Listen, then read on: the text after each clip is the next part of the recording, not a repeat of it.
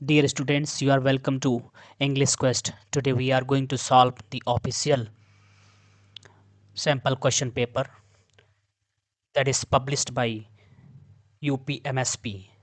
आज हम लोग क्लास 12th सब्जेक्ट इंग्लिश का जो ऑफिशियल सैम्पल पेपर है, क्वेश्चन पेपर है इंग्लिश सब्जेक्ट का, उसको सॉल्व करेंगे। पेपर बहुत ही स्टैंडर्ड रखा गया है। ये जो पेपर ऑफिशियल वेबसाइट पर यूपी बोर्ड की जो प्रयागराज यूपी बोर्ड उत्तर प्रदेश माध्यमिक शिक्षा परिषद की जो ऑफिशियल वेबसाइट है उस पर आपको मिलेगा और बहुत ही स्टैंडर्ड क्वेश्चन पेपर है। यह पेपर सॉल्व करना बहुत ही उपयोगी रहेगा।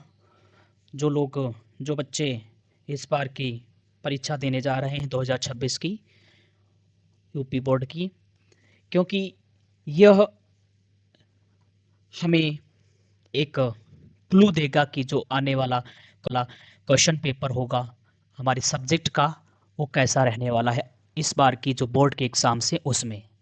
साथ ही साथ में पेपर को सॉल्व करने से आपको पेपर का लेवल समझ में आएगा, पेपर का पैटर्न समझ में आएगा। इस यदि आपको सब्जेक्ट पर पकड़ बनानी है तो पेपर हमें देखना ही चाहिए, इसको सॉल्व करना चाहिए अपने। अभी तो मैं सॉल्व करवा रहा हूँ, इसको पढ़िए, समझिए एक एक क्वेश्चन को, ठीक है। उसके बाद एक बार पुनः कम से कम अपने आप इसको सॉल्व करने की कोशिश करें। अब कुछ सावधानियाँ, सामान्य सावधानियाँ हैं जो को हमको बरतनी चाहिए।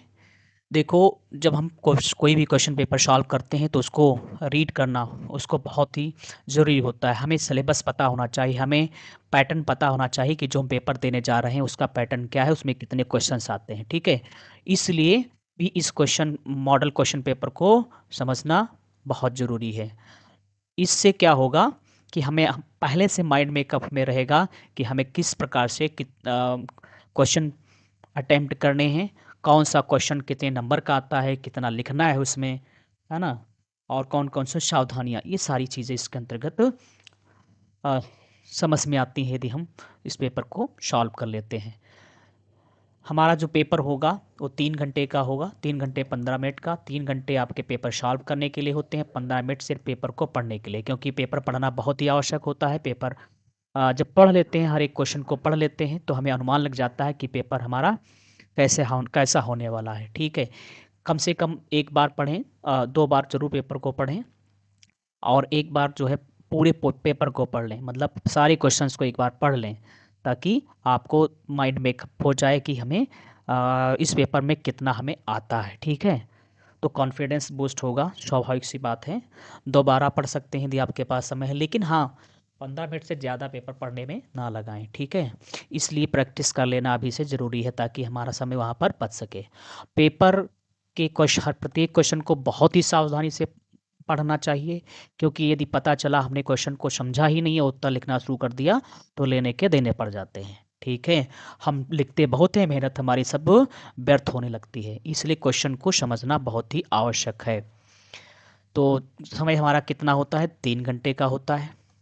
ध्यान रखेंगे, जो क्वेश्चन के प्रत्येक क्वेश्चन होगा उसको ऑर्डर में ही लिखें तो ज़्यादा बेहतर है। मतलब पहला क्वेश्चन, फिर दूसरा क्वेश्चन, तीसरा क्वेश्चन, चौथा क्वेश्चन। जो स्कूल की परीक्षाएं होती हैं, जो होम एग्ज़ाम्स होते हैं, आप उसमें मनमानी करते हैं, चाहे तीसरा लिख देते हैं, कभी पहला लिख देते हैं, कभी दूसरा क्वेश्चन लिखते हैं, राइट। तो आप वहाँ पर कतई ना करें, इसलिए अभी से प्रैक्टिस करते रहिए ताकि आपको, है ना, ऐसी कोई नौबत ना आए जिससे कि आपको क्वेश्चन छोड़ छोड़ करके या फिर उनको एक क्रम में ना लिख करके इधर उधर लिखना पड़े। उससे क्या होता है, जो एग्जामिनर होता है, जो आपकी कॉपी चेक करता है, उसको सुविधा रहती है, तो उसका लाभ आपको मिलता है यदि आप उसको खुश कर पाते हैं, उसको इम्प्रेस कर पाते हैं। आप मतलब एक क्रमवार लिखते हैं तो जाहिर सी बात है कोई भी एग्जामिनर होगा तो उसको कॉपी चेक करने में, है ना, आसानी रहेगी, ठीक है, नंबर देने में उसको आसानी रहेगी। तो बात कर लेते हैं 3 घंटे 15 मिनट समय, और फिर पेपर टोटल आपका कितने का है, 100 नंबर का है। 100 नंबर में आपको पता ही है कि 60 नंबर में आपका ग्रामर पूछा जाएगा और 40 नंबर में आपकी जो लिटरेचर संबंधित क्वेश्चंस होंगे वो होंगे, ठीक है। पूरे क्वेश्चन पेपर को हम देखते हैं कि किस प्रकार से कौन कौन से क्वेश्चंस आते हैं। जो पहला क्वेश्चन आपका होगा, जनरल इंस्ट्रक्शंस की बात कर लें तो जनरल इंस्ट्रक्शंस में आपका दिया हुआ है, साफ साफ लिखा है कि 15 minute, the first 15 minutes are allotted to the candidates for reading the question paper. पहले आपको क्या करना है, क्वेश्चन पेपर को पढ़ना है, उसके लिए 15 मिनट दिए जाते हैं। ऑल क्वेश्चंस आर कंपलसरी, मतलब आपको हर क्वेश्चन करना ही है।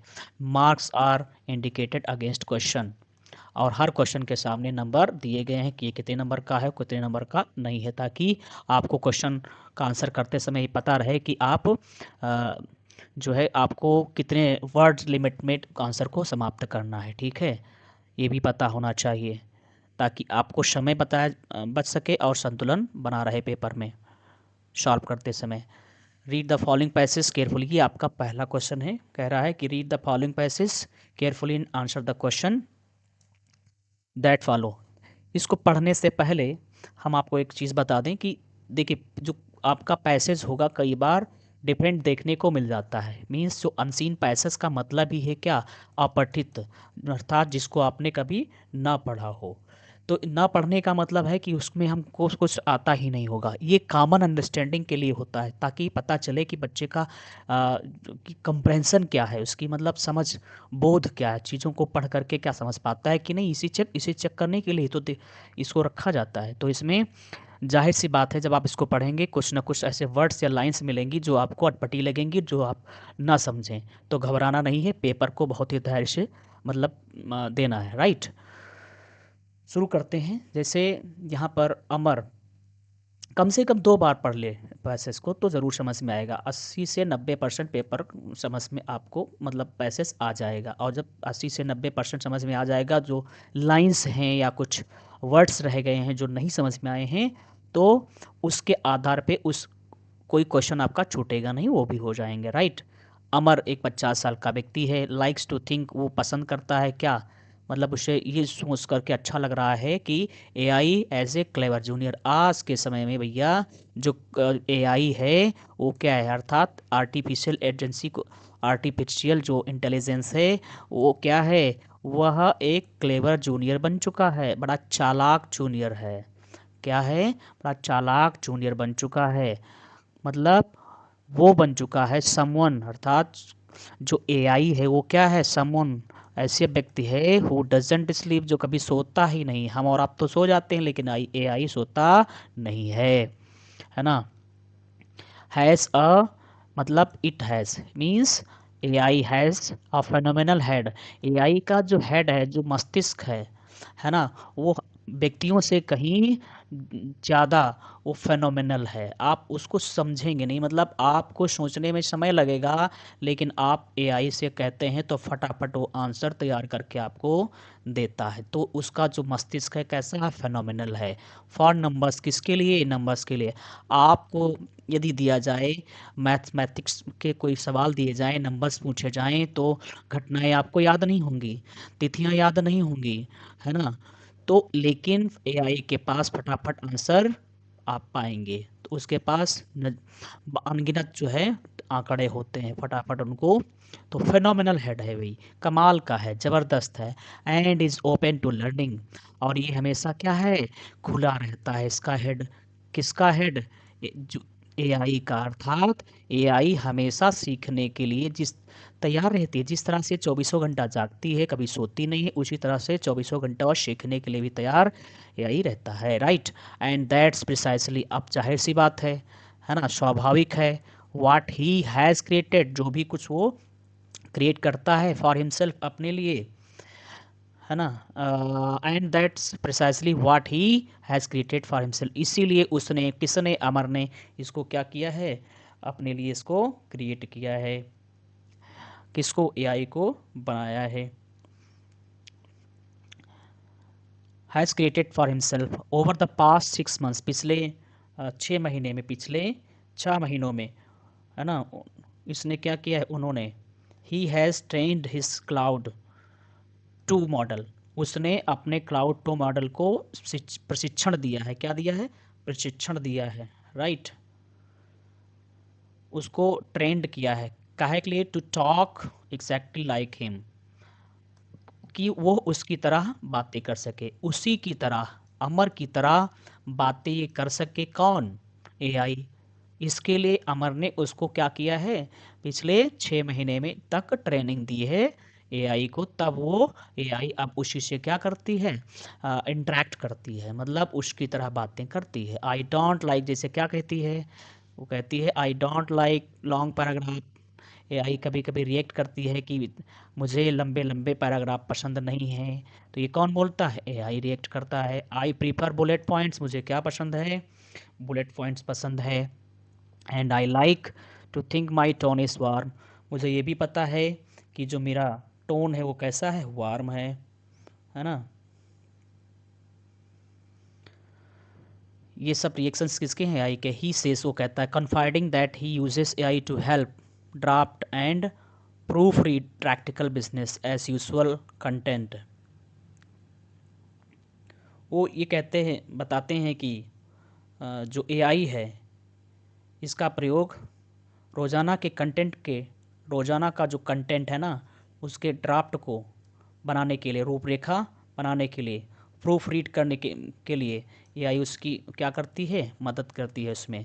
एज ए सीनियर एग्जीक्यूटिव, एक सीनियर अधिकारी की तरह, एक सीनियर एग्जीक्यूटिव की तरह नाते, एज ए मल्टीनेशनल डिज़ाइन, मतलब एक किसके किसके रूप में काम करती आई? एक सीनियर एग्जीक्यूटिव के रूप में, multinational design and marketing firm, this saves Amar, है ना। As a senior executive at a multinational design and marketing firm, क्योंकि वो अमर क्या काम कर रहा है? एक multinational design and marketing firm में, जहाँ पे डिज़ाइन तैयार की जाती हैं और मार्केटिंग से संबंधित काम करता है। कौन? अमर। वहाँ पर किस पोस्ट पर है? एग्जीक्यूटिव की पोस्ट पर है। हिज एआई का जब वहाँ प्रयोग करता है तो उससे क्या होता है? उसका समय बचता है। अमर, अ टन ऑफ टाइम, कितना समय बचता है? बहुत सारा समय, टन ऑफ टाइम बचता है। टाइम दैट्स ही स्पेंड, उसको बचे हुए समय को क्या करता है? वो स्पेंड करता है ऑन मोर एक क्रिएटिव परस्यूट्स, और भी रचनात्मक कामों के लिए क्या करता है? उपयोग करता है उस बचे हुए समय का। इंक्लूड डिज़ाइनिंग, इसमें क्या क्या जुड़ा है? जैसे कि एन एड कंपनी, क्या? एड कंपनी कंपेन, मतलब कोई विज्ञापन से संबंधित काम है तो उसके लिए भी ये क्या करता है? एआई उसकी मदद लेता है ना। मतलब पिछले कुछ सालों में एआई ने सभी प्रोफेशनल को बदल दिया है, चाहे सिर्फ फिल्म, टीवी, डिज़ाइन या एनिमेशन ही नहीं, बल्कि ज़्यादा जो कॉरपोरेट है वाले भी, यानी कि सॉफ्टवेयर हो गया, है ना, इंजीनियरिंग हो गई, अकाउंटिंग, मार्केटिंग हो गई, इन सब को उसने क्या किया है? प्रभावित किया है। और उसमें यह अपने अपने स्तर से क्या काम कर, एआई काम कर रही। ट्विकिंग का वीडियो के गेम के लिए क्या है? एआई मदद करती है। Over the course of time, over the course of the last few years, पिछले कुछ महीनों में, सालों में, over the course of the last few years, पिछले कुछ सालों में एआई हैज़ डिसरप्टेड, एआई ने क्या किया है? डिसरप्ट किया है, बाधा पहुंचाई ऑलमोस्ट ऑल वोकेशंस, है ना। किसको? लगभग सभी क्षेत्रों को। Not just the creative ones like film, TV, design, animation, मतलब सिर्फ उसने क्रिएटिव वंस को नहीं, जो क्रिएटर्स हैं उनको नहीं प्रभावित किया है। टीवी, डिज़ाइन या एनिमेशन, है ना, आदि को सिर्फ उसने प्रभावित नहीं किया है, but also the more corporate oriented fields, किसको किसको? कारपोरेट ओरिएंटेड जो फील्ड्स हैं उनको। Whether that is software engineer, चाहे वो सॉफ्टवेयर इंजीनियर हो, उसको भी प्रभावित किया है। अकाउंटेंट को प्रभावित किया है। मार्केटिंग और हेल्थ केयर सबको प्रभावित किया है। किसने? यही रे। मोस्ट पीपल आई कॉन्टैक्टेड, अधिकांश लोग जिनसे मेरी बातें हुई हैं, सेड दैट, उन्होंने बताया, at around the same time the last year, कि ठीक उसी समय पिछले साल, मतलब जब मेरी बात हुई उन लोगों से तो बता रहे हैं कि पिछले ठीक उसी समय, मतलब 1 साल पहले, देवर टेरिफाइड, उन्होंने कहा कि 1 साल पहले वे बहुत डरे हुए थे। कौन? जिनसे अमर की बातचीत हुई। उन्होंने बताया अमर को कि इतना डरे हुए थे कि कहीं उनकी जॉब ना खो जाए। बीइंग लेफ्ट बिहाइंड, एआई की वजह से आने से जो है, जो लोग एआई का प्रयोग कर रहे हैं या एआई कहीं आगे ना निकल जाए या एआई का प्रयोग करने वाले लोग आगे ना निकल जाएं और वो लोग पीछे ना रह जाएं। लेफ्ट बिहाइंड, बड़ा भय का माहौल रहा है इसके आने से। लॉसिंग देयर जॉब्स, कहीं उनकी जॉब ना चली जाए। एंड बिकमिंग ऑब्सोल्यूट, समय के साथ ऑब्सोल्यूट ना हो जाए, मतलब जो है अप्रचलित ना हो जाएं। मींस एआई की वजह से फटाफट जो कैलकुलेशन होने लगा है, चाहे वो कुछ क्रिएटिव करना हो, सॉन्ग के लिए रचने के लिए, हर चीज़ में जो है एआई काम कर रहा है। तो इसलिए इनमें डर आने लगा। किसमें? सॉफ्टवेयर इंजीनियरों को भी डर सताने लगा, अकाउंटेंट्स को, बड़े बड़े मार्केटिंग और हेल्थ केयर से संबंधित जो लोग थे उनको भी डर लगा। ऐसी बात उन्होंने बताई किसको? अमर को। बट नाउ देयर फियर, अब अमर ने फिर से जब बात की उनसे तो कह रहे हैं, अमर बताता है कि अब उन लोगों का वो डर वैसा नहीं है। बट नाउ देयर फियर, अब उनका जो डर है, for the past most part seems, है ना, ज़्यादातर उनका जो डर है, सीम्स टू हैव एब्ड, वो क्या हो चुका है? एब्ड हो चुका है, जा चुका है, in favour of cautious optimism. वो डर अब क्या हो चुका है? वो तब्दील हो चुका है, बदल चुका है, किसमें? आशा में। मतलब जो जहाँ पे उनको डर था, अब उनको उम्मीद दिखने लगी है कि एआई उनके लिए एक वरदान बन सकती है, उनकी स्किल्स को, उन्हें उनकी वैल्यू को बढ़ा सकती है। इस प्रकार की धारणा उनमें उत्पन्न होने लगी है। The creatives are slowly realising, जो क्रिएटिव्स हैं वो क्या करने लगे हैं? धीरे धीरे रियलाइज करने लगे हैं, वह भी, दैट एआई कैन ऐड, जो एआई है वो क्या कर सकती है? ऐड कर सकती है, but not necessarily replace what they do. AI मतलब उनकी, उन्हें असिस्ट कर सकती है, राइट, मदद कर सकती है, उनका स्थान नहीं लेगी। ऐड करेगी, ऐड मतलब असिस्ट करना, क्या करना? असिस्ट करना। एआई जो है किसको? उन लोगों को असिस्ट करेगी, बट नॉट नेसेसरली रिप्लेस, उनका स्थान नहीं ले लेगी, उन्हें उनको बल्कि और उनकी क्वालिटी में को बढ़ाएगी, उनकी गुणवत्ता को बढ़ाएगी, right. And what they do while the corporates are discovering technology, corporate जगत जो है में के लोग क्या कर रहे हैं? डिस्कवरिंग टेक्नोलॉजी, और भी टेक्नोलॉजी डेवलप कर रहे हैं उनकी क्षमता को बढ़ाने के लिए, राइट। एबिलिटी टू इन्हेंस, जिससे कि इन्हेंस किया जा सके देयर आउटपुट, उनके परिणाम को और भी इन्हेंस किया जा सके, उनके परिणाम को, आउटपुट को और बढ़ाया जा सके। इन मैनी लिटिल वेज, थोड़े थोड़े, है ना, प्रयासों से। Most have started in integrating AI, बहुत से लोगों ने स्टार्ट कर दिया है इंटीग्रेट, मतलब जोड़ना एआई को, इनटू देयर वर्क, अर्थात अपने कामों में एआई का प्रयोग करने लगे हैं। इन सम कैपेसिटी, किसी न किसी क्षमता के साथ, मतलब थोड़ा या बहुत एआई का हर एक व्यक्ति प्रयोग करने लगा है। Some are even prepared for a radical shift, कुछ लोग जो है रेडिकल शिफ्ट के लिए तैयार होते हैं, है ना, in skill sets in the next few years. Some are even prepared for a radical shift, मतलब इस आमूल चूल परिवर्तन के लिए कुछ तो तैयार भी हैं लोग कि हाँ, ये चेंज आना ही चाहिए, इसका हम स्वागत करते हैं, क्योंकि उनसे उनकी स्किल्स बढ़ेंगे। Sets in the next few years, जो कि कुछ आने वाले समय में ही, वर्षों में दिखाई पड़ने लगेगा। चेंज इज़ कमिंग, चेंज आने वाला है, and people want to be equipped to handle it, और लोग भी कहीं ना कहीं इस परिवर्तन को, है ना, अपने फेवर में लेना चाहते हैं, मतलब इसको हैंडल कर पाना चाहते हैं, उत्सुकता उनमें दिखने लगी है।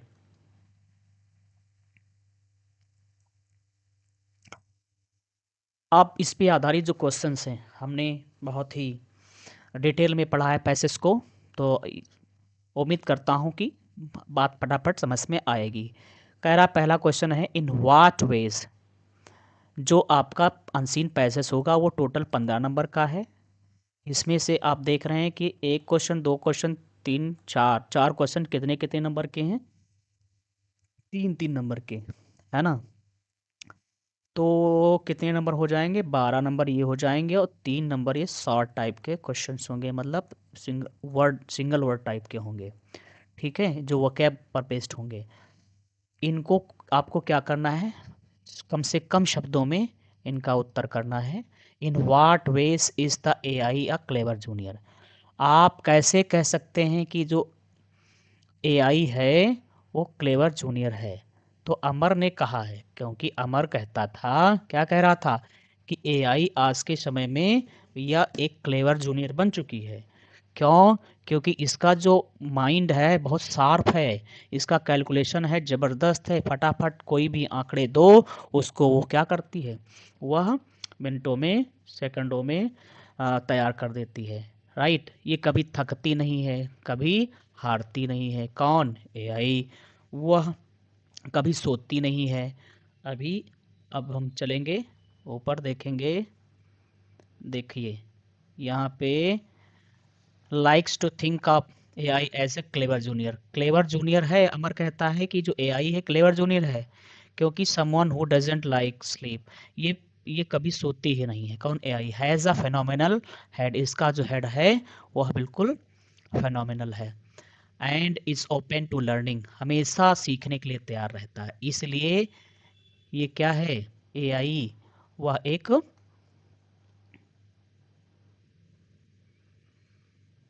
एआई जो है वह क्लेवर जूनियर है। हम यहाँ पर अभी नहीं लिख रहे हैं, आपको आगे सॉल्व क्वेश्चंस के आंसर मिलेंगे। Right. In what ways is the AI a clever junior? किस प्रकार से जो एआई है वो क्लेवर जूनियर है, आपको इसी का तो आंसर करना है। ठीक है, तो एआई क्या, AI is a clever junior, AI clever junior है। As as its head is phenomenal, इसका जो हेड है वो क्या है, फेनोमेनल है ना। It has the fantastic capacity, fantastic right, tick capacity, capacity to learn, revise and present the numbers. मतलब आप उसमें आपको ये बताना है कि जो एआई है उसको जूनियर, क्लेवर जूनियर इसलिए कहा जा सकता है क्योंकि उसका जो मस्तिष्क है फटाफट क्या करता है, हर एक आंसर का जवाब दे देता है, और बहुत सारे उसके पास आंकड़े होते हैं, बड़ी उसमें क्या है, क्विकनेस होती है आंसर को। और क्या करेंगे अभी हम देख लेते हैं यहाँ पर। ठीक है, जैसे in what ways is the AI a clever junior, किस तरीके से क्लेवर जूनियर है। तो AI is a clever junior because, क्योंकि इट नेवर स्लीप्स, कभी ये सोती नहीं है। फुल स्टॉप लगा सकते हैं, नया वाक्य बना सकते हैं। द एआई इज़ अ, या AI is a clever junior, AI clever junior है बिकॉज इट नेवर स्लीप्स, क्योंकि ये कभी सोती नहीं है। It has a strong ability, इसमें ज़बरदस्त क्षमता है। विद नंबर्स का है संबंधित, नंबर से संबंधित, मतलब कोई भी संख्या इसको बताओ, कोई भी आंकड़े से पूछो सालों के, है ना, आंकड़े ये एक सेकंड में उपलब्ध करा देती है। कौन? AI. It is open to learning, हमेशा सीखने के लिए तैयार रहती है। And it can be train to communicate, AI का प्रयोग हम कम्युनिकेट करने के लिए अर्थात बातचीत को करने के लिए प्रयोग कर सकते हैं।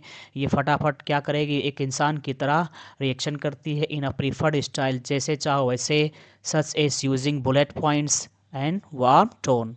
ठीक है, इस प्रकार से हम इसको किसको, एआई को क्या कह सकते हैं, जूनियर, क्लेवर जूनियर कह सकते हैं, क्योंकि इसमें उतनी वो चालाकी, होशियारी है कि वो हर फटाफट आंसर, क्वेश्चन का आंसर करती है। अगला क्वेश्चन क्या है, which fields are affected by the growth of AI. AI के आने से जो है कौन से क्षेत्र जो हैं प्रभावित हुए हैं। तो the growth of AI has affected creative fields. इसने क्या किया है, क्रिएटिव फील्ड को हमने पैराग्राफ में पढ़ा था, जो आपका पैसेज है यहाँ पर उसमें जाते हैं। जो एआई आया है उसने क्या किया, मार्केटिंग, इसने almost all vacations over the course of last few years. AI has disrupted almost all vacations, not just the creative ones like film, TV, design or animation, but also the more corporate oriented fields, whether that is software engineer, accounting or marketing, healthcare। ये सब क्या है, ये प्रभाव हमें देखने को मिला है किसका, एआई के आने का। ठीक है, इसी को हमको लिखना है। ठीक है, the growth of AI has affected, AI के विकास ने प्रभाव डाला है किस पर, क्रिएटिव फील्ड्स पर, रचनात्मक फील्ड पर, चाहे वो फिल्म हो, टीवी हो, डिज़ाइन हो, एनिमेशन हो, as well as corporate field such as software engineer, accounting, marketing and health care. ठीक है, why are professionals worried about the growth of AI. जो प्रोफेशनल्स हैं, है ना, जो क्रिएटिव्स हैं, वो डरे भी किससे, एआई से, क्योंकि उनको लगा कि अब उन एआई के आ जाने से, है ना, जो क्रिएटर्स हैं, चाहे उनकी कोई कला हो, सिंगिंग की कला हो, डिज़ाइनिंग की हो, वो सब क्या है, उसकी वैल्यू कम हो जाएगी, उनको उनकी डिमांड कम हो जाएगी, तो बहुत ही डरे भी। तो देखा जाए क्वेश्चन एक बार फिर से चेक करते हैं क्या है। वाई आर प्रोफेशनल्स वरीड, मतलब क्यों जो है प्रोफेशनल्स डरे हैं about the growth of AI के आने से, अर्थात एआई जैसे जैसे अपना प्रभाव जमाती जा रही है, तो प्रोफेशनल्स जो क्रिएटर्स हैं वो क्यों डर रहे हैं एआई से। तो प्रोफेशनल्स वर वरीड, ये डरे थे शुरुआत में ज़्यादा, अबाउट बीइंग लेफ्ट बिहाइंड, कि कहीं वो पीछे ना छूट जाएं, लॉसिंग देयर जॉब्स, को ना छोड़ दे, बिकमिंग ऑब्सोल्यूट, वो समय के साथ क्या है, अप्रचलित ना हो जाएं, due to the rapid advancement of technology, क्योंकि लगातार क्या हो रहा है, रैपिड एडवांसमेंट, मतलब जो टेक्नोलॉजी है वो बढ़ती जा रही है, और क्रिएटर्स की डिमांड, उनकी रचनात्मकता, उनकी वैल्यू को कम तर किया जा रहा है। How are professionals preparing to cope with the new situations, नई सिचुएशन के साथ अपने आप को ढालने के लिए जो प्रोफेशनल्स हैं कैसे तैयारी कर रहे हैं। The professionals are preparing by integrating AI, जो प्रोफेशनल्स हैं, क्रिएटर्स हैं, है ना, वो इंटीग्रेट कर रहे हैं एआई को, अर्थात एआई की को जोड़ रहे हैं इनटू देयर वर्क, इसमें यूज़ कर रहे हैं अपने कामों में, adapting to new skills sets. अब क्या कर रहे हैं, जैसे जो भी अपनी मैनुअल स्किल उनके पास थी, अब एआई के माध्यम से वो और भी उसमें एडवांसमेंट ला रहे हैं। तो देखा जाए वो एआई को फ्रेंडली बनाने में जुटे हुए हैं, and adopting a out cautious optimism towards the changes brought by our AI adopting, और वो क्या कर रहे हैं, अडॉप्ट कर रहे हैं, मीन्स ग्रहण कर रहे हैं, cautious optimism मतलब सजगता पूर्वक उन्हें आशा है कि एआई भविष्य में उनकी क्या करेगी, मदद करेगी, टुवार्ड्स तक चेंज ब्रॉट बाय एआई, जो भी परिवर्तन समाज, जो भी परिवर्तन एआई की वजह से आएंगे, है ना, तो उन सब के लिए अपने आप को अडॉप्ट करेंगे, ठीक है, ढाल लेंगे। Which word in the passage, which word in the passage,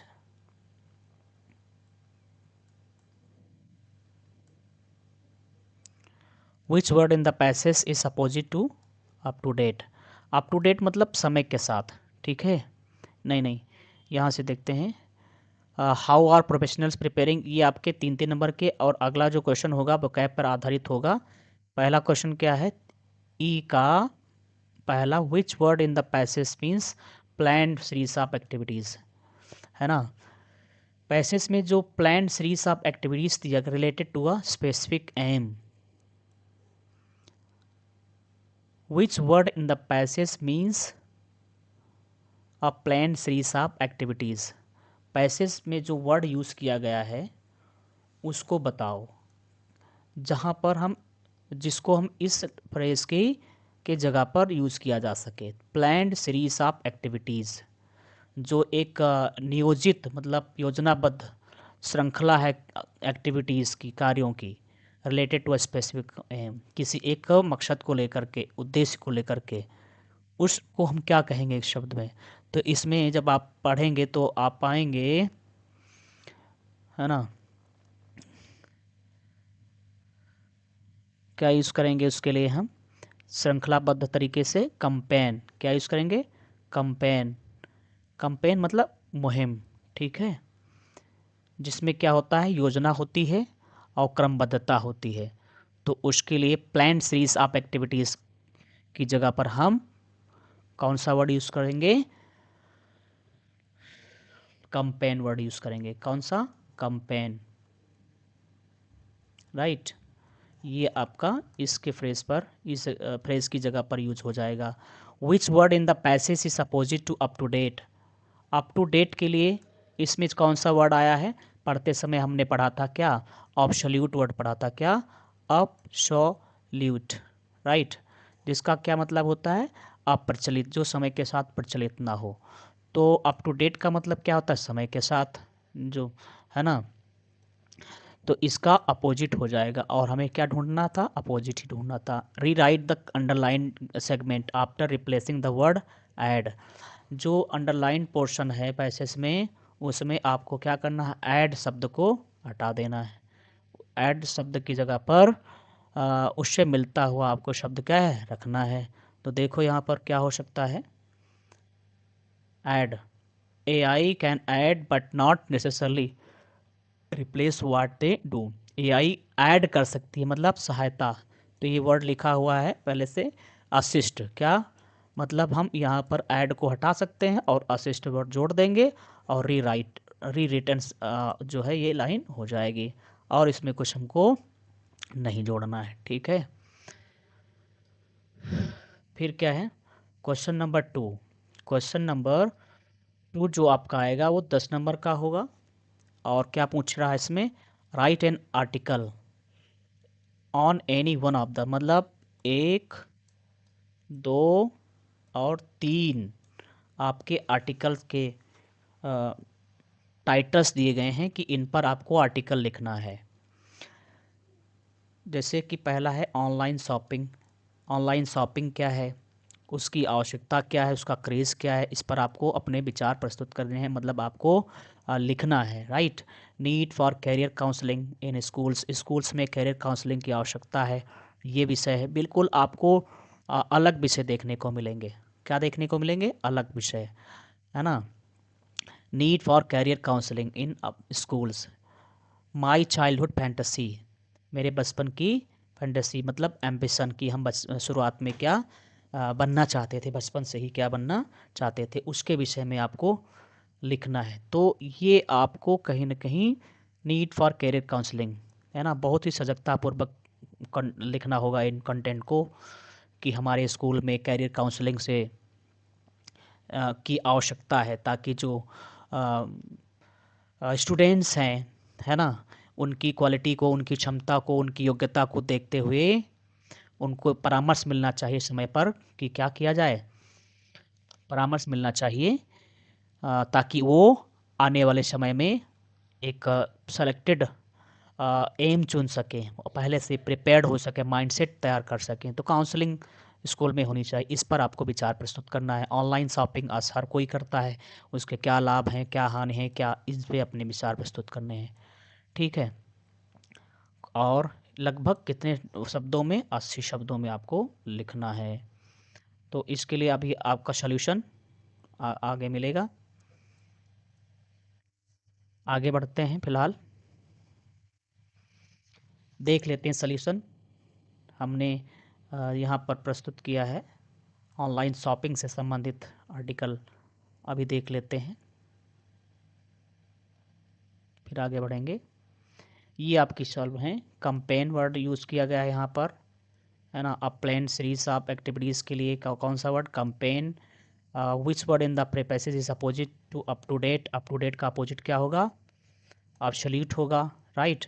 rewrite the, तो यहाँ पर क्या रीराइट किया गया है, असिस्ट रीराइट किया गया है, ठीक है। ये आपके आंसर्स हैं। और जो आर्टिकल की बात की जा रही है, क्वेश्चन नंबर 2 में आर्टिकल आपको लिखना है। तो यहाँ पर कौन सा आर्टिकल दिया गया है, देखिए, ऑनलाइन शॉपिंग नेसेसिटी और क्रेज़, क्या आवश्यकता है या फिर लोगों का क्रेज़।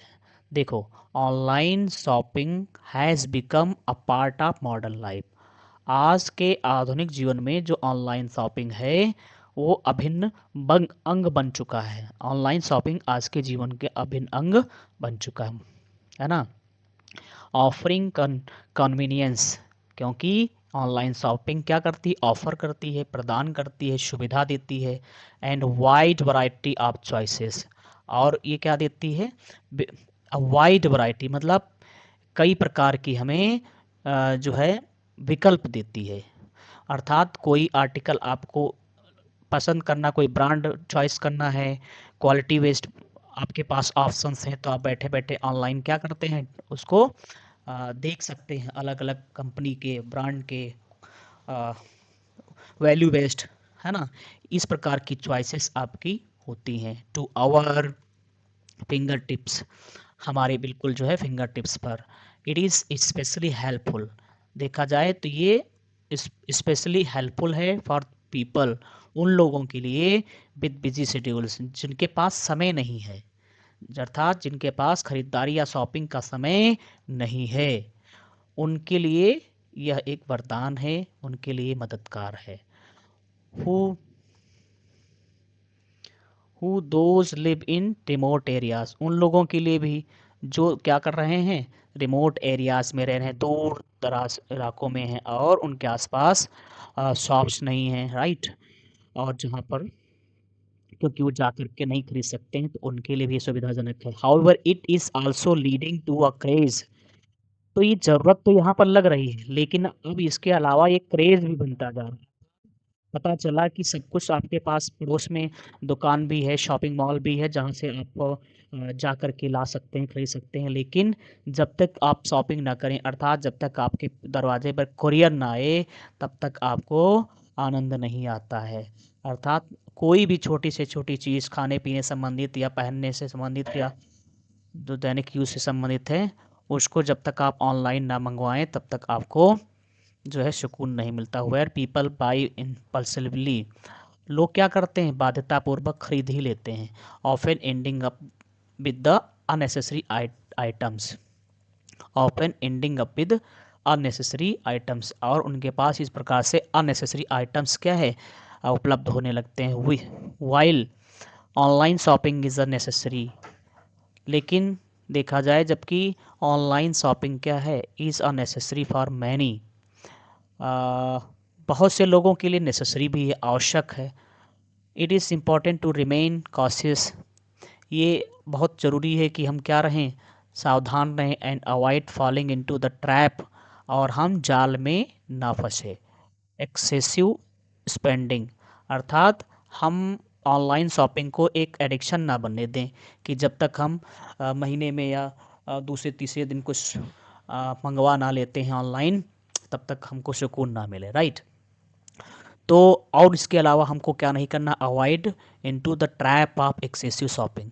कई बार क्या होता है, कुछ चीज़ों की हमें आवश्यकता नहीं होती है, और लक्यूरेटिव जो एड्स आते हैं ऑनलाइन शॉपिंग संबंधित, और हम फटाफट उनको क्या कर देते हैं, ऑर्डर कर देते हैं, जबकि हम उस पैसे को बचा सकते हैं, और अर्थात जब भी इतनी ज़्यादा ज़रूरत वहाँ पर नहीं होती है, क्योंकि आप बैठे बैठे ऑनलाइन देखते हैं और चीज़ों को क्या करते हैं, क्लिक करते हो, मंगवा लेते हैं, ऑर्डर कर देते हैं, राइट। तो वो एक्सेसिव स्पेंडिंग हो जाती है, जहाँ पर आप बिना उसको खरीदे काम चला सकते थे। ठीक है, तो ये बना जा रहा है कि ऑनलाइन शॉपिंग एक हमें हमें खर्चे की ओर एक अतिरिक्त भार के रूप में भी बनती जा रही है। Balancing the benefits with responsible habits is key to making online shopping truly useful. अब देखा जाए तो इसके लिए हमें क्या करने की आवश्यकता है, बैलेंस बनाने की आवश्यकता है। Is key to making online shopping truly useful, ताकि इसको यूज़फुल बनाया जा सके, ठीक है। अब हम बढ़ेंगे नेक्स्ट क्वेश्चन नंबर 3 की तरफ। पहले हम क्वेश्चन पेपर में जाएंगे, देखेंगे किस तरीके से क्वेश्चन पूछा जाता है। जो दूसरा क्वेश्चन आपका था आर्टिकल से संबंधित, इनमें से 3 आपको ऑप्शन के तौर पे दिए गए हैं, है ना, लेकिन उनमें से किसी एक पर लिखना है, तो हमने इस पे लिखा है। फिर जो तीसरा क्वेश्चन होगा उसमें आपको पूछा जाएगा क्या, राइट अ लेटर। ठीक है, इसके अलावा अथवा करके फिर से एक दूसरे सब्जेक्ट पर लेटर लिखना है, दूसरे मतलब अथवा करके, है ना। ये किस पर है लिखना है, यू आर रुचि, मान लेते हैं आप रुचि या रवि हैं, रिसाइडिंग एट 13 पार्क, ये आपका पता है न्यू दिल्ली में। Write a letter to the editor, अब आपको इसी पते से एडिटर को लिखना है of a national daily to show your concern towards growing linguistic intolerance in country. अब आप अपना पता डालते हुए आप एक जिम्मेदार नागरिक के रूप में आप क्या करेंगे, एक कंटेंट लिखते हैं, एक आर्टिकल लिखते हैं, और आप अपने विचार प्रस्तुत करना चाहते हैं कि आजकल जो भाषा से संबंधित लिंग्विस्टिक इंटॉलरेंस हो रहा है, भाषा के नाम पर जो विवाद हो रहे हैं, है ना, वो होने चाहिए, वो बिल्कुल बंद होने चाहिए, उन्हें जो है कोई बढ़ावा नहीं मिलना चाहिए। यदि यदि भाषा के नाम पर कोई पीट होती है, द्वंद्व होता है, कॉन्फ्लिक्ट होता है, बलबा होता है समाज में, तो वह बिल्कुल उचित नहीं है ना। इस पर आप अपने विचार प्रस्तुत करते हुए नेशनल किसी अखबार को आप लिखते हैं कि वो आपका लेख उसमें छपे, ताकि लोग पढ़ें और उनका लाभ लें, और इस प्रकार से लिंग्विस्टिक जो समस्याएं हैं उत्पन्न हो रही हैं, इंटॉलरेंस अहिंसा हो रही है, उसको थोड़ा सा क्या किया जा सके, डाइल्यूट किया जा सके। राइट, यू आर शुभा, सुब्रत आप 17 आप मान लेते हैं, शुभा है 17 के, सरोजिनी नगर कहाँ के हैं, सरोजिनी नगर के, वाराणसी के। Write a letter to the branch manager, अब आपको क्या करना है, ब्रांच मैनेजर को लिखना है आप अ बैंक इन योर विंसिटी to complain against the non functional passbook printing machine. और अब आपको फिर से एक जिम्मेदार नागरिक के रूप में क्या करना है, आ, एक लेटर लिखना। देखो यहाँ पर आपको पुराने टॉपिक्स नहीं मिलेंगे कि आपको नॉइस, लाउड स्पीकर नॉइस को प्रतिबंध करने के लिए आप किसी जो है अधिकारी को, संबंधित अधिकारी को लिख रहे हैं, है ना। जो वाटर ब्लॉगिंग से संबंधित कंटेंट हुआ करते थे वो भी नहीं है आपको यहाँ पर, चाहे वो लेटर हो और चाहे वो पीछे अभी आपने आर्टिकल्स के टॉपिक्स देखे, बिल्कुल अलग टॉपिक्स हैं, ध्यान रखिए। तो समय के साथ हमें जो अभी तक पेपर में क्वेश्चंस आते थे उसमें इस बार बड़ा शिफ्ट हमें देखने को मिलता है, हमें एडवांसनेस इस मॉडल पेपर के हिसाब से देखने को मिल रही है, तो हमें बिल्कुल उसके लिए तैयार रहना पड़ेगा। ठीक है, हम रटे रटाए जो कुछ इन्हें गुने फॉर्मेट होते हैं, सब्जेक्ट मैटर होते हैं, उन पर लिखते हैं लेटर एप्लीकेशन, और ऐसे तैयार करते हैं, लेकिन इससे काम नहीं चलने वाला है। हमें अपनी वकैब मजबूत करना होगा, हमें छोटे छोटे वाक्यों को बनाना सीखना होगा, ताकि कोई भी किसी भी कंटेंट पर किसी भी टॉपिक पर हम आर्टिकल लिख सकें, किसी भी टॉपिक पर हम क्या कर सकें, लेटर को लिख सकें। राइट, उसके पास हमारे पास ना तो फॉर्मेट की कमी मतलब कोई अज्ञानता हो, और ना ही शब्दों की कोई कमी हो, तभी हमारा बेड़ा पार हो सकता है। अब आगे बढ़ेंगे, क्वेश्चन नंबर 4 पे आते हैं। चूज द को correct option to answer the following questions. आपको क्या करना है, ये आपका ग्रामर से सेक्शन कौन सा है, ये ग्रामर सेक्शन है। जो पिछला सेक्शन था जिसमें आर्टिकल और लेटर लिखना था, 10-10 नंबर के 2 क्वेश्चंस थे, ये सेक्शन आपका क्या था, बी सेक्शन था, राइटिंग सेक्शन। और अभी कौन सा ये सेक्शन आ गया है, ये जो सेक्शन सी है ये आपका ग्रामर का है, ये आपका ग्रामर का सेक्शन है। राइट, और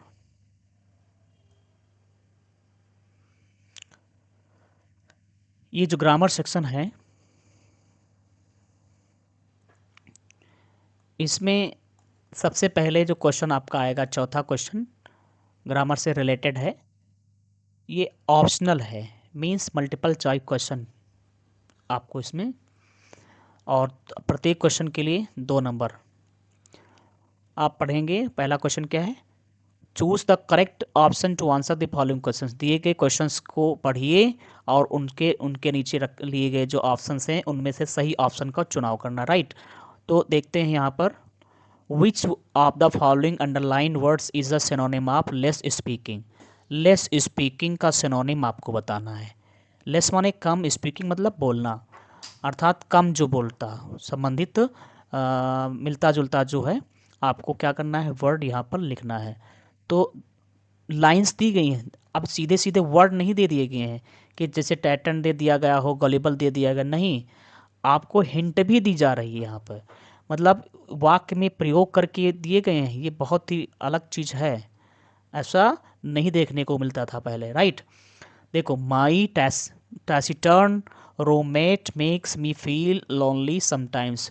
मेरा जो टैसिटर्न रूममेट है, जो रूममेट मतलब हमारा रूम में रहने वाला हमारा साथी है, वो कभी कभी मेक्स मी फील, हमें फील करा देता है लोनली, अकेला, समटाइम्स, कभी कभी, अर्थात उसके टैसिटर्न व्यवहार की वजह से हमें भी अकेलापन महसूस होने लगता है। अभी हम इसको कंफर्म नहीं करेंगे, आगे बढ़ेंगे। योर गलिबल नेचर में लैंड यू इन ट्रबल। आपका जो गुलिबल मीन्स आपका जो भोला व्यवहार है, वो आपको क्या कर सकता है, परेशानी में डाल सकता है। किस में डाल सकता है, परेशानी में। मतलब गोलिबल मतलब जो आप बहुत ही इनोसेंट हैं, है ना, सिंपल हेडेड हैं, बहुत ही भोले भाले हैं।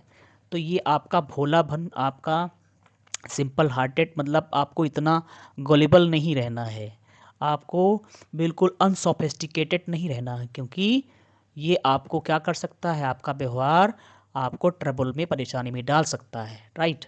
This accident left me speechless. इस एक्सीडेंट ने मुझे अवाक कर दिया, मतलब मेरे पास कोई शब्द नहीं छोड़े, है ना।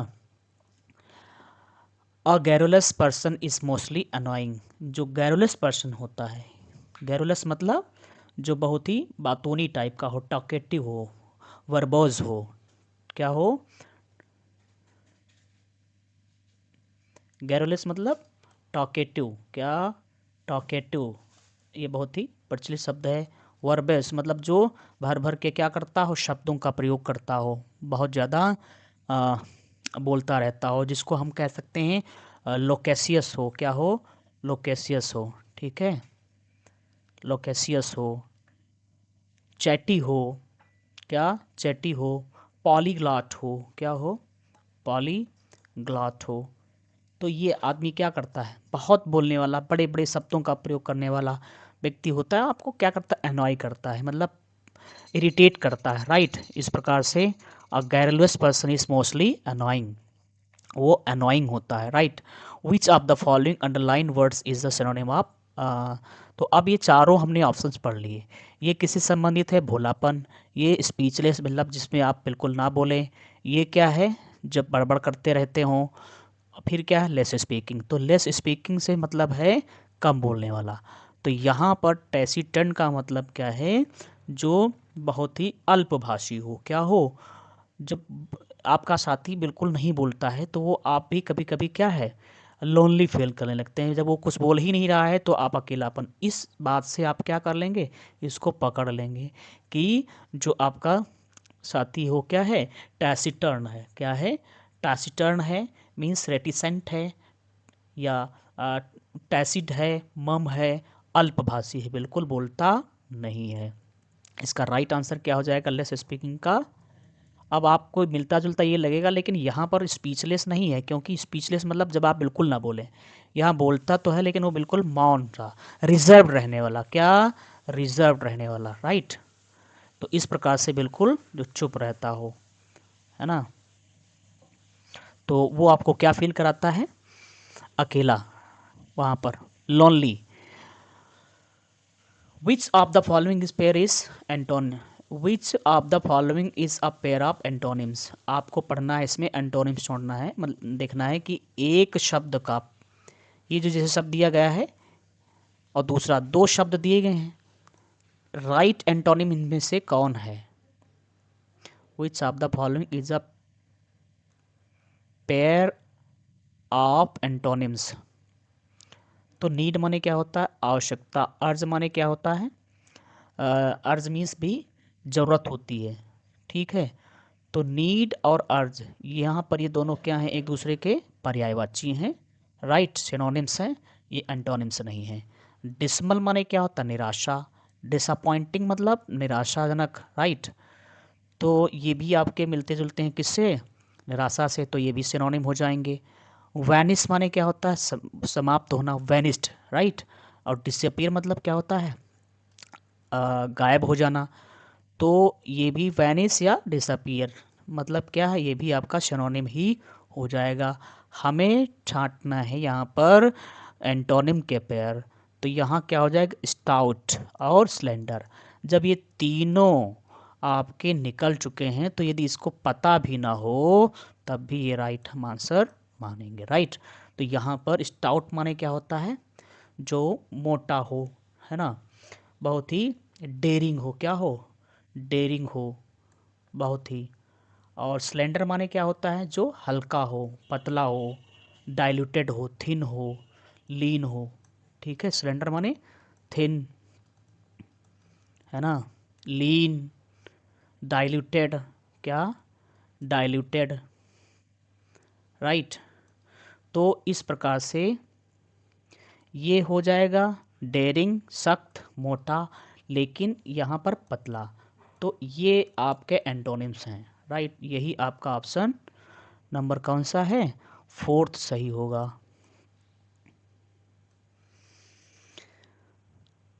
Tell me the matter in a nutshell means, इसका मतलब क्या होगा, मुझे, tell me the matter in a nutshell, संक्षेप में मुझे जो है मैटर समझाइए, मैटर आप मुझे संक्षेप में समझाएं। इसका मतलब क्या है, देखो, describe the matter briefly, matter को आप ब्रीफली समझाएं, संक्षेप में समझाएं।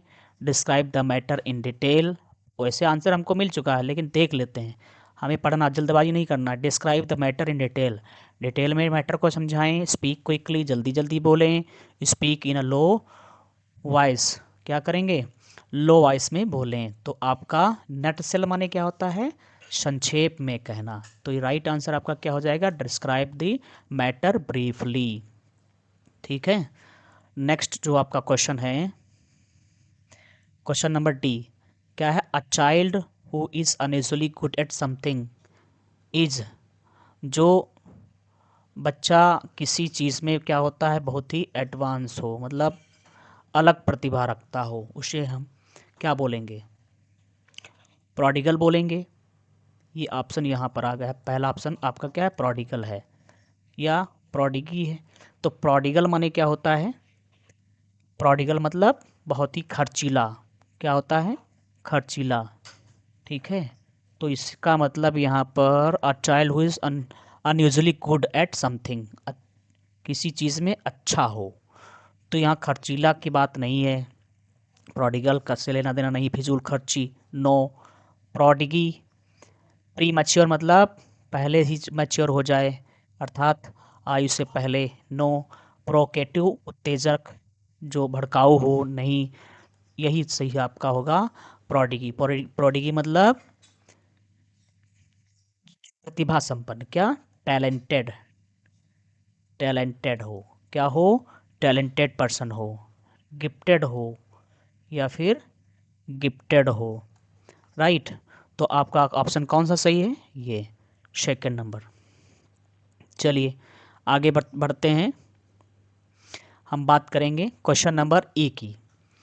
देखते हैं, which of the following sentence is a correct, इसमें से आपको देखना है कि कौन सा सेंटेंस सही है। तो पहला सेंटेंस पढ़िए, I have finished my work yesterday, मैंने अपना काम कल समाप्त कर लिया था। तो यहाँ पर आप हैव यूज़ कर रहे हैं, तो है प्रेजेंट टेंस को शो कर रहा है, जबकि यहाँ पर यस्टरडे आ रहा है, और यस्टरडे हम किस में यूज़ करते हैं, पास्ट टेंस में, इसलिए सेंटेंस आपका गलत। He told me that he will sing a song, फिर देखो यहाँ पर पास्ट टेंस है, यहाँ पर विल लगा हुआ है, तो सेंटेंस आपका गलत। जब ये पास्ट में है तो ये भी होना चाहिए, विल का वुड होना चाहिए। More you work stronger you, जब हम कंपैरेटिवली यूज़ करते हैं, मतलब एक आप कह सकते हैं अल्टरनेट, या पैरेलल कह सकते हैं। जब दो हम यूज़ करते हैं आपकी कंपैरेटिव डिग्री, तो कंपैरेटिव डिग्री के पहले भी द का हम प्रयोग करते हैं, है ना। द मोर यू वर्क, वैसे तो हम सुपरलेटिव डिग्री के साथ में द का प्रयोग करते हैं, लेकिन जब इस तरीके से दिया गया हो, कामा से पहले कंपैरेटिव डिग्री आए, कामा के बाद में आए, और उसमें एक तुलनात्मक कॉन्टिन्यूटी को दिखाया जाए, राइट, तो हम द का ही प्रयोग करते हैं। तो सेंटेंस आपका ये भी क्या है, गलत। फिर क्या है, kindly look into the matter, कृपया मामले में दखल दें, ये आपका क्या है, सही सेंटेंस है। तो राइट आंसर क्या हो गया, फोर्थ नंबर। अब आगे बढ़ते हैं, क्वेश्चन नंबर 5, ये ग्रामर सेक्शन का अर्थात सेक्शन सी का 5वां क्वेश्चन है, ठीक है। कह रहा है change any one of the following into indirect speech, इनमें से दिए गए सेंटेंसेस में से आपको क्या करना है, इनडायरेक्ट स्पीच में चेंज करना है। तो क्या है sentence, Joseph always says, Joseph हमेशा कहता है my daughter was my life, ये आपका क्या है, सेंटेंस दिया गया है। तो कैसे इसको, जोसेफ, क्या करेंगे, Joseph always, always says, reporting verb नहीं चेंज होगी क्योंकि इसके बाद ऑब्जेक्ट नहीं है। कंजंक्शन क्या लगाएंगे, दैट, राइट, क्योंकि सेंटेंस आपका क्या है, असर्टिव दिया गया है। उसके बाद में हम क्या लिखेंगे, माई, माई यहाँ पर किस पर्सन का प्रोनाउन है, फर्स्ट पर्सन का प्रोनाउन। फर्स्ट पर्सन का प्रोनाउन किसके अनुसार चेंज होता है, सब्जेक्ट के अनुसार, रिपोर्टिंग वर्ब के सब्जेक्ट के अनुसार। तो वो कौन है, जोसेफ, तो जोसेफ के लिए हम सब्जेक्ट क्या यूज करेंगे, ही, राइट। अब ही का यहाँ पर हमको लाना है पजेसिव केस, तो ही का पजेसिव केस क्या हो जाएगा, हिज डॉटर, क्या हो जाएगा, डॉटर। अब यहाँ पर जोसेफ ऑलवेज सेज, अब चूंकि रिपोर्टिंग वर्ब आपकी किस टेंस में है, यहाँ पर रिपोर्टिंग वर्ब प्रेजेंट टेंस में है, तो अब इसका टेंस नहीं चेंज होगा, जिस टेंस में होगा उसी टेंस में बना रहेगा। तो क्या हो जाएगा, वाज हिज, फिर से ही माई आया है तो बदल जाएगा हिज लाइफ, राइट। तो ये आपका आंसर हो जाएगा। फिर क्या है, the king said farewell my countryman, ये जो सेंटेंस है आपका डायरेक्ट स्पीच में चेंज करना है, लेकिन जो ये रिपोर्टिंग वर्ब है, ये जो रिपोर्टेड पार्ट है, अर्थात जो कामा के अंदर का सेंटेंस है, वो कौन सा है, ये आपका है फेयरवेल माई कंट्रीमैन, मेरे देशवासियों अलविदा, राइट। तो यहाँ पर सेंटेंस आपका आपका आ रहा है ऑप्टेटिव सेंटेंस आ रहा है, इसलिए हम यहाँ पर क्या यूज करेंगे, रिपोर्टिंग वर्ब सेड को किस में चेंज कर देंगे, बेड में, द किंग बेड, है ना, फेयरवेल, क्या, फेयरवेल, राजा ने अलविदा कहा, क्या कहा, अलविदा कहा, किसको, टू, अब यहाँ माई है तो इसके अनुसार बदलेगा, किंग के अनुसार, तो क्या हो जाएगा, हिज कंट्रीमैन, अपने देशवासियों को राजा ने क्या कहा, अलविदा कहा। ये सेंटेंस आपका बन गया। हालांकि आपको इसमें से एक ही आंसर करना होता है, ध्यान रखिए, एक ही, चाहे ये करें या ये करें, ठीक है, बहुत जरूरी है क्योंकि दोनों नहीं कर सकते हैं। साफ साफ लिखा है एनी वन, एक ही करना है, कंबाइन एनी वन, फिर यहाँ पर एक ही आपको सॉल्व करना है। फिलहाल आपको सॉल्व करवा दिया जा रहा है, लेकिन आपको पेपर में सिर्फ एक ही, दो में से कोई एक ही सॉल्व करना होता है। देखो सेंटेंस क्या है, combine any one of the following as directed, जैसा कि निर्देश दिया गया है उस हिसाब से आपको क्या करना है, उसे सॉल्व करना है। तो यहाँ पर आप देख रहे हैं, it was raining the school was closed, complex sentence बदलना है। तो कॉम्प्लेक्स सेंटेंस में क्या होता है, एक प्रिंसिपल क्लास होती है और एक सबॉर्डिनेट क्लास होती है, एक इंडिपेंडेंट क्लास होती है और एक डिपेंडेंट क्लास होती है। इस हिसाब से हम क्या करेंगे, जो डिपेंडेंट क्लास होती है वो स्टार्ट होती है सबऑर्डिनेटिंग कंजंक्शन से, जैसे कि बिकॉज है ना, सिंस है, फॉर है, आफ्टर है। इस तरीके से जिसकी आवश्यकता होगी उससे इसके हम स्टार्टिंग करेंगे कॉम्प्लेक्स सेंटेंस में। नाउन क्लास हो या एडजेक्टिव क्लास हो, जो भी ज़रूरत है। कुल मिलाकर के यहाँ पे सेंटेंस क्या है, बता क्या रहा है, देखो। इट वाज रेनिंग हैवली, बारिश तेज़ हो रही थी। स्कूल वाज क्लोज्ड, स्कूल क्या था, बंद था। मतलब आप बताना चाहते हैं बारिश हो रही थी, द स्कूल वाज क्लोज्ड, है ना, स्कूल बंद था। मतलब स्कूल बंद था क्योंकि बारिश तेज़ हो रही थी। कारण बता रहे हैं, तो कारण बताने के लिए आप क्या यूज़ करते हैं, बिकॉज। तो सेंटेंस क्या बनेगा, द स्कूल, आपको इसे प्रिंसिपल क्लास बनाना पड़ेगा, वाज क्लोज्ड, स्कूल बंद था, बिकॉज, क्योंकि, because it was raining, it was raining heavily, it was raining heavily. Take all, take nothing, या तो सब ले लीजिए या कुछ मत लीजिए। यहाँ पर कहीं ना कहीं कंपाउंड सेंटेंस बनाना है, तो कंपाउंड सेंटेंस के लिए हम क्या यूज़ करते हैं, और, इधर और, नाइदर नॉर। तो यहाँ पर हम और का प्रयोग करेंगे, टेक ऑल और टेक नथिंग। या तो, है ना, सब ले लीजिए या कुछ नहीं। यहाँ पर अल्टरनेटिव कंजंक्शन का प्रयोग करके बनेगा sentence. Transform any one of the following as directed, आपको क्या करना है, ट्रांसफॉर्म करना है जैसा कि बताया गया है। जैसे दिस इज़ द स्कारियस्ट मूवी, ये सबसे खतरनाक स्कारियस्ट मूवी है, आई हैव एवर सीन, जिसको अभी तक मैंने देखा है। अर्थात अभी तक जितने मैंने देखी हैं फिल्में उनमें से सबसे ये स्कैरियस्ट है, खतरनाक है। तो आप कंपैरेटिव डिग्री यूज़ करेंगे, इसके लिए क्या बन जाएगा, this movie, this movie is scarier, है ना, than any other, any other movie I have, I have seen, ever seen. मतलब जितनी हमने मूवी देखी है उनमें से सबसे ये, उनमें से क्या है, वो खतरनाक है। आप कंपैरेटिव डिग्री यूज़ कर रहे हैं तो क्या हो जाएगा, स्कैरियर। दिस मूवी मतलब ये जो मूवी है वो किसकी तुलना की जा रही है, उन सभी मूवियों से जिसको अभी तक मैंने देखा, उनमें से सबसे ज़्यादा ये खतरनाक है। भाव वही रहना है लेकिन डिग्री हमें चेंज कर देना है। फिर क्या हो जाएगा, it has rained, it has, ये राइटिंग यहाँ पे आप समझ नहीं पाएंगे, इसीलिए नीचे जो है आपको सॉल्यूशन दिया गया है, उसमें आप देख लेंगे। अभी आपको प्रैक्टिस करवाई जा रही है, इसके लिए आप चिंतित ना हो यदि आपको यहाँ पर राइटिंग में असुविधा हो रही तो। Right, it has rained every day this week, इस सप्ताह प्रत्येक दिन बारिश हुई है। आपको क्या करना है, नेगेटिव बनाना है। तो यदि आप सीधे बता देंगे it has not rained every day this week, तो सेंटेंस का भाव बदल जाएगा।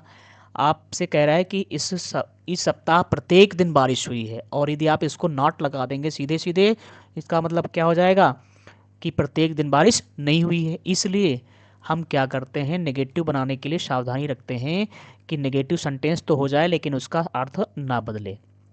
तो हम यहाँ पर कैसे इसको बनाएंगे, मिस शब्द का, मिस को यूज़ करेंगे। क्या बनेगा, इट हैज़, है ना, rained every day, it has not missed, it has not missed to rain every day this week, it has not missed to rain every day, every day this week. मतलब इस सप्ताह एक भी दिन बारिश होने से चूकी नहीं है। अर्थात ऐसा कोई दिन नहीं गया होगा जिस दिन बारिश ना हुई हो। Correct any one of the following sentences. देखना है, he was enough kind to help me, जब एनफ वर्ड का यूज होता है तो इसको हम एडजेक्टिव के बाद में यूज करेंगे। He was kind enough, he was kind enough, यहाँ पे एनफ आएगा। करना क्या है इसमें, करेक्ट, आपको correct any one of the following sentences, किसी एक सेंटेंस को आपको करेक्ट करना है। इसमें से एक दिया गया है, दो तीन ये शब्द दिए गए हैं, इनमें से कोई एक आपको क्या करना है, सही करना है। Any one of the following sentences. तो यहाँ पर यदि आप इसको करेक्ट करेंगे तो क्या हो जाएगा, काइंड एनफ। दूसरा वाला देख लेते हैं। The excess produce of wheat can be imported to other countries. Excess produce, तो एक्सेस सही है अपनी जगह में, प्रोड्यूस मतलब of wheat can be imported. यदि किसी चीज़ का प्रोडक्शन क्या है, प्रोड्यूस अधिक है ना, मान लेते हैं व्हीट का है, गेहूं का, कैन बी इम्पोर्टेड, तो आप उसको खरीदेंगे नहीं, क्या करेंगे, एक्सपोर्ट करेंगे। तो यहाँ पे क्या आना चाहिए, एक्सपोर्ट। एक्सपोर्ट मतलब निर्यात करेंगे, मतलब आपके कंट्री में आपके पास ज़्यादा कोई चीज़ का प्रोडक्शन है तो आप इंपोर्ट नहीं करेंगे। तो यहाँ पे करेक्ट वर्ड क्या होगा, एक्सपोर्ट, माने उसको बाहर भेजेंगे, निर्यात करेंगे, आयात नहीं करेंगे। तो वर्ड क्या सही होगा, export. Use any one of the following pairs of words in your own sentences to make the difference in their meanings clear. अब आपको क्या करना है, होमोफोन्स यहाँ पर है, मतलब एक जैसे जो है बोले जाने वाले दो वर्ड्स के पेयर दिए गए हैं, उनको अलग अलग इनको यूज़ करना है ताकि उनका अर्थ क्लियर हो जाए। यह क्लास का मतलब क्या होता है, अनुच्छेद, मतलब क्लास का मतलब क्या होता है, एक तो उपवाक्य होता है, क्लास का मतलब क्या होता है, उपवाक्य ग्रामर में, राइट। और एक क्लास का मतलब होता है जो परिच्छेद होता है जैसे कॉन्ट्रैक्ट आप कोई लिखवाते हैं तो उसमें जो अलग अलग आर्टिकल टाइप के है ना, तो उसको क्या बोलते हैं, क्लास बोलते हैं। और यहाँ पर पंजा, ठीक है। The the I have not red the last, मैंने आखिरी क्लास नहीं पढ़ा है, ऑफ द कॉन्ट्रैक्ट, मतलब जो कॉन्ट्रैक्ट है उसका मैंने आखिरी क्लॉज नहीं पढ़ा है ना। नहीं बताना, मीनिंग नहीं लिखना है यहाँ पर, इसका सिनोनिम नहीं लिखना है, आपको अपने वाक्यों में ऐसे इनका प्रयोग करना है कि उनका अर्थ क्लियर हो सके, ठीक है। अब जैसे पेन का मतलब क्या है, दर्द, और पेन का मतलब क्या है, जो विंडो ग्लास होता है, और जो खिड़की में ग्लास लगता है उसको हम क्या बोलेंगे, पेन, है ना।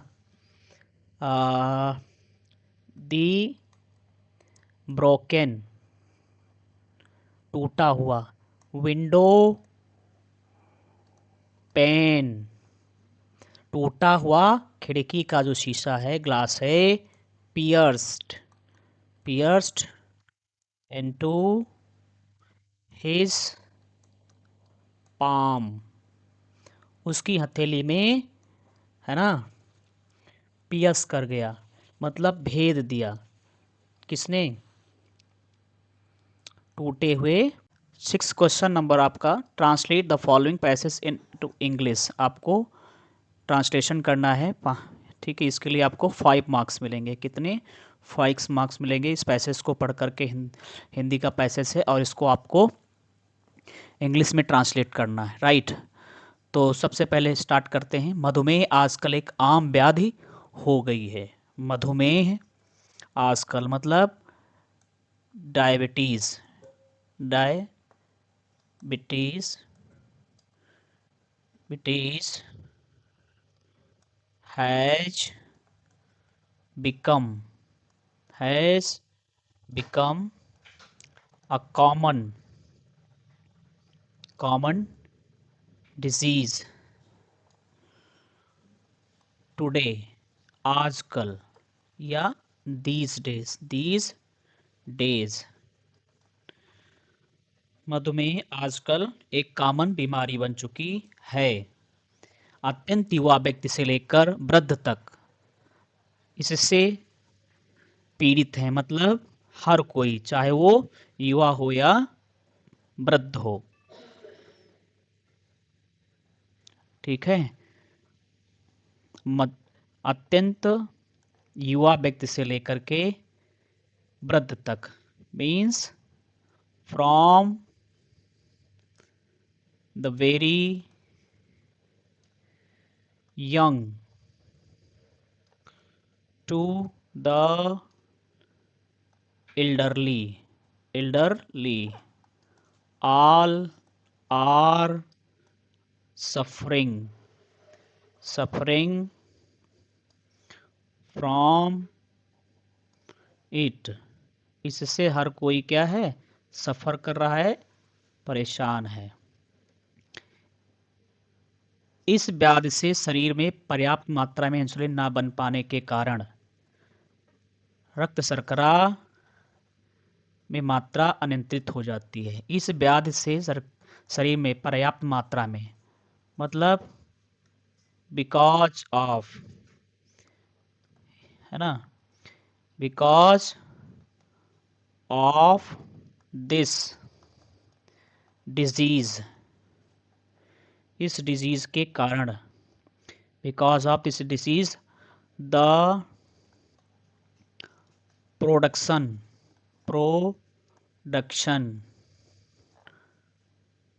कारण, पर्याप्त मात्रा में संतुलन न बन पाने के कारण, ठीक है, शरीर में पर्याप्त मात्रा में इंसुलिन न बन पाने के कारण, because of the production of insulin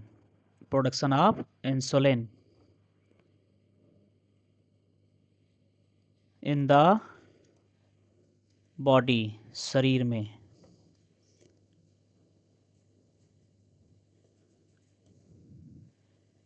क्या होता है, प्रभावित होता है, इज अफेक्टेड।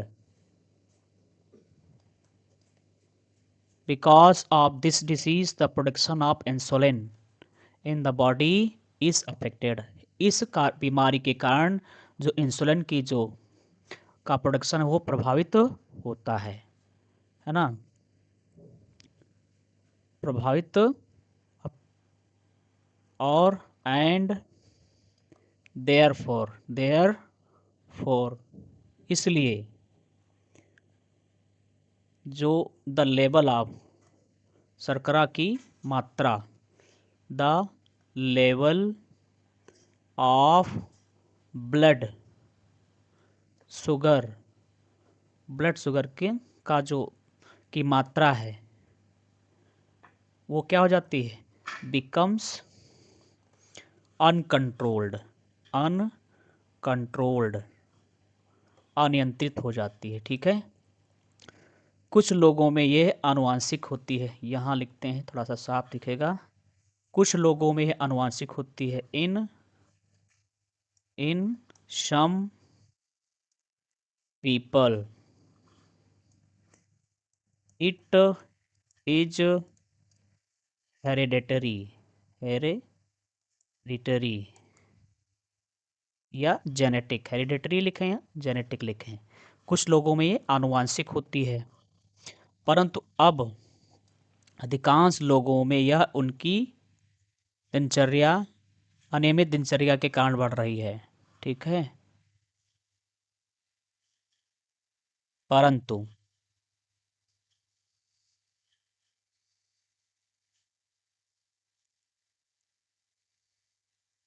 बट नाउ, परंतु अब अधिकांश लोगों में, बट नाउ, बट यहाँ देखते हैं, यहाँ से बनाते हैं, but now in most people अधिकांश लोगों में, राइट, इट इज इंक्रीजिंग,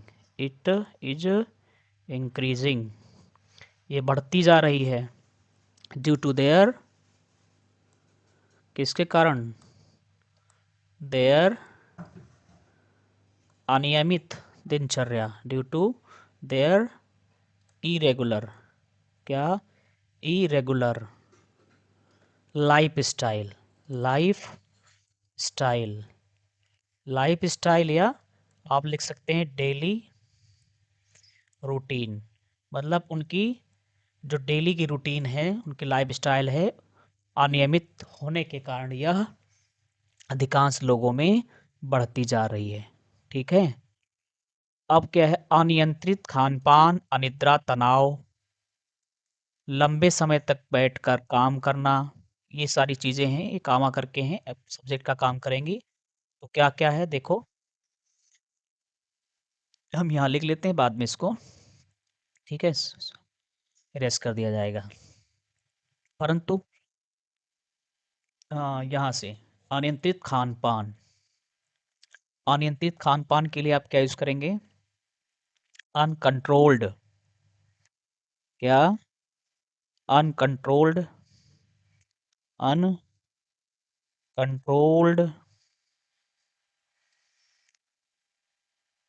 खान-पान, ईटिंग एंड ड्रिंकिंग। खान-पान मतलब ईटिंग एंड ड्रिंकिंग। और क्या? अनिद्रा, अनिद्रा के लिए क्या यूज़ करेंगे आप? इंसो, इंसोम्निया, ठीक है, इंसोम्निया। और क्या? तनाव, स्ट्रेस, स्ट्रेस, ठीक है। लंबे समय तक बैठे रहने का काम, लंबे समय तक बैठे रहने का काम। लास्ट में इसलिए हम क्या लगा लेंगे? And sitting, sitting for long hours, घंट लंबे घंट मतलब लंबे समय तक, लंबे घंटों तक क्या करते हुए? काम करते हुए। वाइल वर्किंग मतलब काम करते करते लंबे समय तक, है ना। और समय तक बैठे कर काम करना, और उसके अलावा शारीरिक श्रम, ठीक है, का अभाव, शारीरिक श्रम का अभाव, lake lake of lake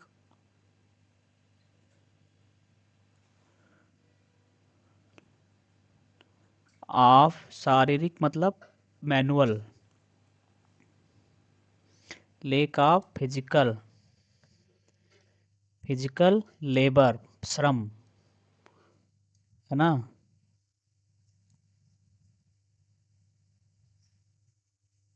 lake of physical labour, अभाव इस बीमारी को बढ़ाने वाले कुछ कारक हैं। Are the some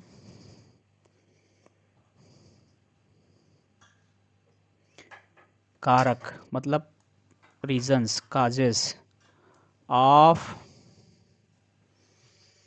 this disease, इस डिजीज के मुख्य कारक हैं, ठीक है। मधुमेह स्वयं तो एक बीमारी है ही, साथ ही यह शरीर की अन्य बीमारियों की जटिलता को बढ़ा देती है ना। मधुमेह, मधुमेह मतलब diabetes, diabetes in itself, itself मतलब स्वयं में, वो क्या है? इज अ डिजीज, मतलब स्वयं तो बीमारी है ही, मधुमेह खुद बीमारी है, तो एक बीमारी है ही, साथ ही शरीर की अन्य बीमारियों की जटिलता को बढ़ा देती है। इसके अलावा क्या करती है? It increases, increases the complexities, complexities जटिलताएं किसकी? Of other diseases of the body, शरीर की अन्य बीमारियां जो हैं उनकी जटिलताओं को भी बढ़ा देती है। ठीक है।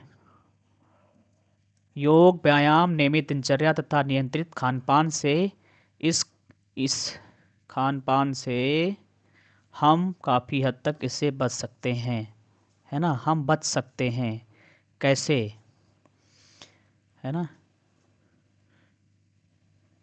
बाई किस किस के द्वारा, योग के द्वारा, बाई प्रैक्टिसिंग क्या, योगा एंड एक्सरसाइज नियमित दिनचर्या, और क्या, नियमित फॉलोइंग रेगुलर, क्या, रेगुलर या डिसिप्लिन्ड, क्या, डिसिप्लिन्ड या रेगुलर। ठीक है, रेगुलर या डिसिप्लिन्ड जो दिनचर्या है, डिसिप्लिन्ड दिनचर्या के लिए daily routine, disciplined daily routine खानपान से, दिनचर्या तथा नियंत्रित खानपान, एंड कंट्रोल्ड, क्या, कंट्रोल्ड ईटिंग एंड ड्रिंकिंग, अर्थात ईटिंग एंड ड्रिंकिंग एक बार आ चुका है तो आप इसको हटा सकते हैं, आप यहाँ पे यूज़ कर सकते हैं डाइट, मतलब नियमित खान पान। ठीक है, वी कैन से हम काफ़ी हद तक इससे बच सकते हैं, वी कैन कंट्रोल या अवॉइड, हम इससे अवॉइड कर सकते हैं, है ना, टू इट्स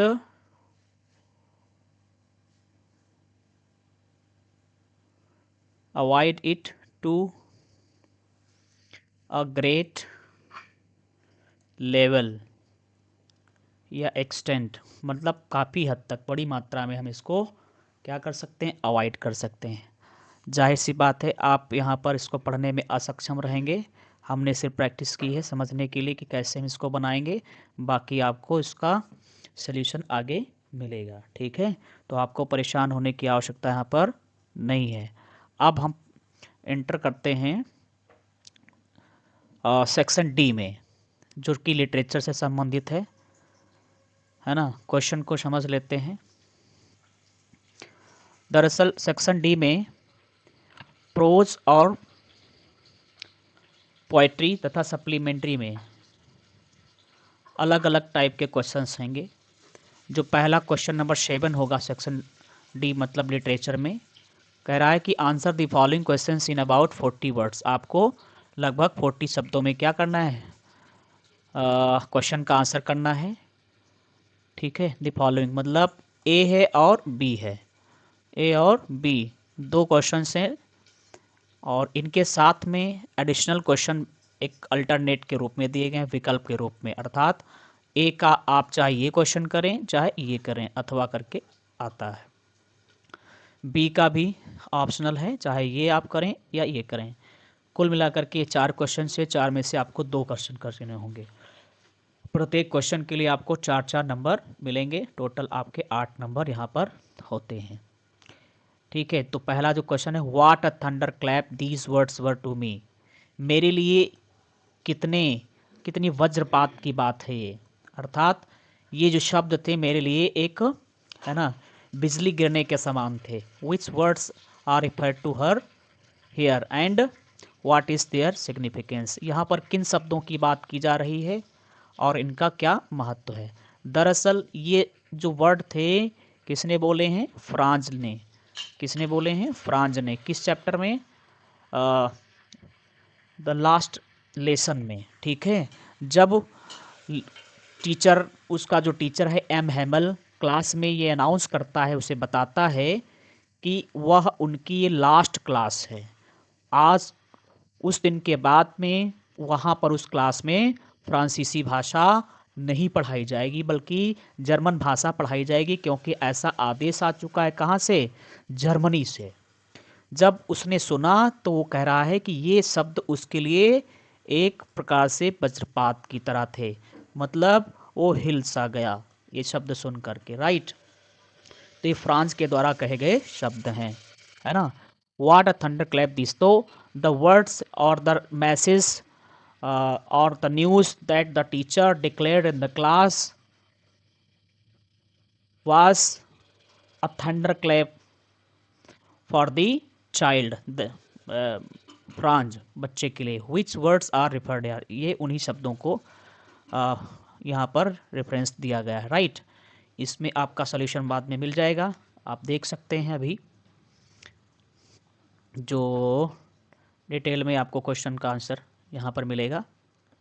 क्वेश्चन नंबर आपका है 7। द वर्ड्स रिफर्ड, जिन शब्दों का इसमें जिक्र किया गया है, they are going to put the school under German, है ना। क्योंकि ये जो शब्द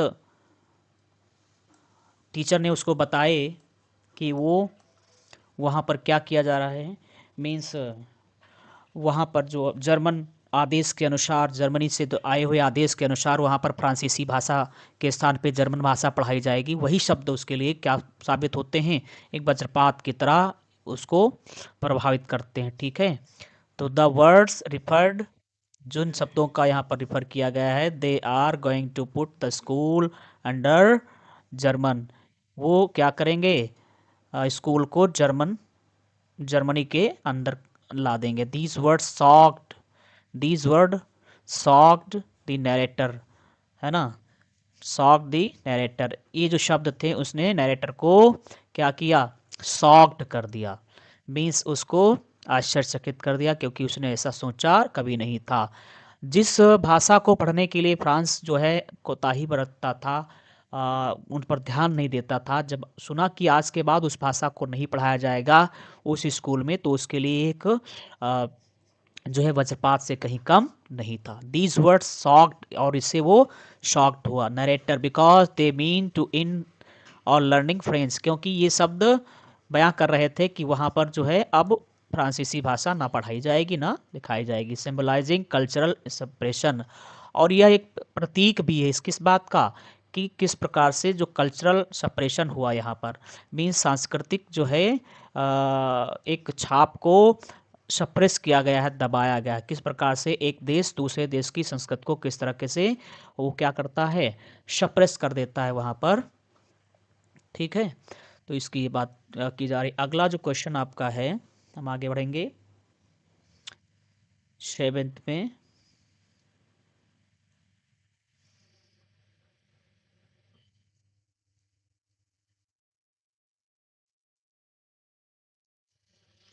जो 7 नंबर का क्वेश्चन आपका है,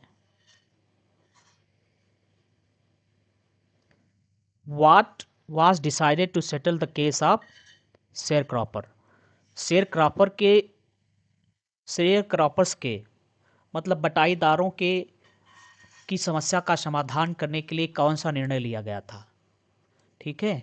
ये चैप्टर किस चैप्टर से क्वेश्चन आ रहा है, ये आपका आ रहा है इंडिगो चैप्टर से, जिसमें गांधी जी ने चंपारण जाते हैं और उनकी समस्या का समाधान, किसानों की बटाईदारों की समस्या का समाधान निकालने का प्रयास करते हैं, और उसके अनुसार वह अपनी और साथ साथ में बाकी लोगों की जो है गिरफ्तारी के लिए मन जो है एक्सेप्ट करते हैं, एग्री होते हैं, लेकिन वो अकॉर्डिंग टू द ऑर्डर वो लोग कंपनसेशन देने के लिए तैयार नहीं होते हैं। उनका कहना है कि वो क्या करेंगे, गिरफ्तारी दे देंगे, ठीक है। और उसमें गांधी जी भी शामिल हैं, सबसे आगे गांधी जी हैं, वो भी गिरफ्तारी देने के लिए अपनी तैयार हैं, लेकिन किसी भी कीमत पर जो है मालिकों को, है ना, वह कंपनसेशन की राशि देने के लिए तैयार नहीं है। तो आंसर क्या है इसका, क्वेश्चन नंबर 7 का? दरअसल यहाँ पर नहीं सॉल्व किया गया है क्योंकि आपको एक ही क्वेश्चन का आंसर करना था। ठीक है, फिर दूसरा क्वेश्चन आपका आ रहा है। दूसरा क्वेश्चन ये बहुत ही टाइम टेकिंग सॉल्यूशन हो गया है, इसलिए थोड़ा सा ब्रीफ करेंगे, बहुत ही समय हो चुका है। राइट, अब हम पढ़ेंगे क्वेश्चन नंबर 7 का जो बी है। 7 का बी में क्या करना है? Why did the peddler shine himself as captain von Stahle who what is ironical? ये किससे लिया गया है? कह रहा है कि वाई डिड द पेडलर, जो पेडलर था, अपने आप को कैप्टन वॉन स्टेहल के नाम से क्यों वहाँ पर जो है साइन करता है, मतलब साइन कर देता है नोट पर। ठीक है, तो जब दरअसल पेडलर वहाँ से एडला के घर से निकलता है तो वह वहाँ पर छोड़ देता है, क्या छोड़ देता है? एक नोट छोड़ता है, एक रेड ट्रैप छोड़ता है। राइट, और नोट में लास्ट में थैंक्स कहते हुए लास्ट में वो शाइन भी कर देता है, कृतज्ञता जाहिर करने के लिए, मतलब धन्यवाद देने के लिए। ठीक है, अगला क्वेश्चन क्या है? What is ironical about the name Sahib Alam? Sahib Alam के नाम में आयरॉनिकल क्या है, व्यंग्यात्मक क्या है? मतलब उसका नाम अपने आप में एक व्यंग्य है, किस और किस पर सैटायर है, किसको व्यंग्य दिखा रहा है इसमें, इस पर आपको आंसर लिखना है। तो दोनों क्वेश्चन में से कोई एक क्वेश्चन आपको सॉल्व करना है। यहाँ पे सॉल्यूशन दिया जा रहा है तो पेडलर का, the peddler signed as captain von Stahle, उसने कैप्टन वॉन स्टैल के नाम से साइन किया नोट पर, जब पेडलर के लिए वो अपना थैंक्स नोट छोड़ता है, to show dignity and courage, क्योंकि अब वो क्या दिखा रहा है? डिग्निटी दिखा रहा है और करेज दिखा रहा है, साहस दिखा रहा है, डिस्पाइट हिज लो स्टेटस। ठीक है, अपने लो स्टेटस की के बावजूद भी वो यहाँ पर क्या कर रहा है? साहस दिखा पा रहा है, reflecting the theme of transformation, जो कि यहाँ पर थीम को दर्शा रहा है। थीम मतलब विषय वस्तु को, कि वो अब बदल चुका है, अर्थात भले वह आज इस क्रिटिकल कंडीशन में हो, है ना, कि अभी तक उसको चोरी करनी पड़ रही थी, लेकिन आज बड़े शौक के साथ उसने लास्ट में क्या किया है? साइन कर दिया है अपने पूरे नाम के साथ में। दरअसल यह व्यक्ति वही व्यक्ति है, राइट, जिसका नाम क्या है? कैप्टन वॉन स्टेल, मतलब उसने पूरा अपना नाम लिखा है, उसे कॉन्फिडेंस है कि अब उसे कोई खतरा उन लोगों से नहीं है जहां से वो जा रहा है, और ये दर्शाता है कि अब वो बदल चुका है, उसने स्वीकार कर लिया है कि उसने जो चोरी की थी वो ठीक नहीं थी, इसलिए उसने यहाँ पर the peddler signed as captain, उसने साइन किया कैप्टन वॉन स्टेहल, ये दिखाने के लिए, टू डिग्निटी, है ना, प्रतिष्ठा, ठीक है, एंड करेज, साहस दिखा रहा है कि अब वो तैयार है, डिस्पाइट हिज लो स्टेटस, मतलब स्टेटस उसका भले लो हो, लेकिन अब वह बदल चुका है, reflect the theme of transformation, अब वह क्या हो चुका है? ट्रांसफॉर्म हो चुका है। ठीक, ये आपका क्वेश्चन कौन सा था? 7। और क्वेश्चन नंबर जो 8 होगा वो लॉन्ग आंसर का होगा। ठीक है, ये जो लॉन्ग आंसर होगा वो कितने नंबर में पूछा जाएगा आपका? 2 क्वेश्चंस आपके दिए जाएंगे, 2 में से कोई आपको एक करना होता है। ठीक है, ये और एक क्वेश्चन कितने नंबर का होगा? 7 मार्क्स का। What is an interview? Interview क्या है? What was Umberto Eco's perspective on interviews? Umberto Eco का दृष्टिकोण इंटरव्यू को लेकर के क्या है? Do you think he likes being interviewed? क्या आपको लगता है कि उन्हें पसंद था इंटरव्यू दिए जाना? सपोर्ट योर आंसर, आपको अपने आंसर को क्या करना है? सिद्ध करना है। Who was सुबो? ये किससे लिया गया है? इंटरव्यू नाम के चैप्टर से, जिसके लेखक कौन है? उम्बर्टो जो है लेखक कौन है याद नहीं आ रहा है, सिल्वेस्टर। और उम्बर्टो इको जो कौन थे उसमें? आपके इंटरव्यूअर हैं, द हिंदू न्यूज़पेपर के जो संपादक हैं। और वो किसका इंटरव्यू ले रहे थे? जो प्रोफेसर हैं ऑक्सफोर्ड यूनिवर्सिटी के। ठीक है, उनका इंटरव्यू ले रहे हैं। अब इसमें आपको बताना है कि उम्बर्टो इकोज क्या उम्बर्टो इको का पर्सपेक्टिव क्या था इंटरव्यू को लेकर के, क्या वो सही मानते थे कि इसको सही नहीं मानते थे। इंटरव्यू से लिया गया है। ये किस चैप्टर से है? सुबु। हुआ सुबु, सुबु कौन था? व्हाट इंप्रेशन आप कोथमांगलम सुबु डू यू फॉर्म। आप देख रहे हैं क्वेश्चन 8 में ये दोनों चैप्टर्स बिल्कुल वहाँ से आ रहे हैं, है ना। स्टार्टिंग के जो 5 चैप्टर्स हैं वहाँ से नहीं, बाद के चैप्टर से इनको रखा गया है।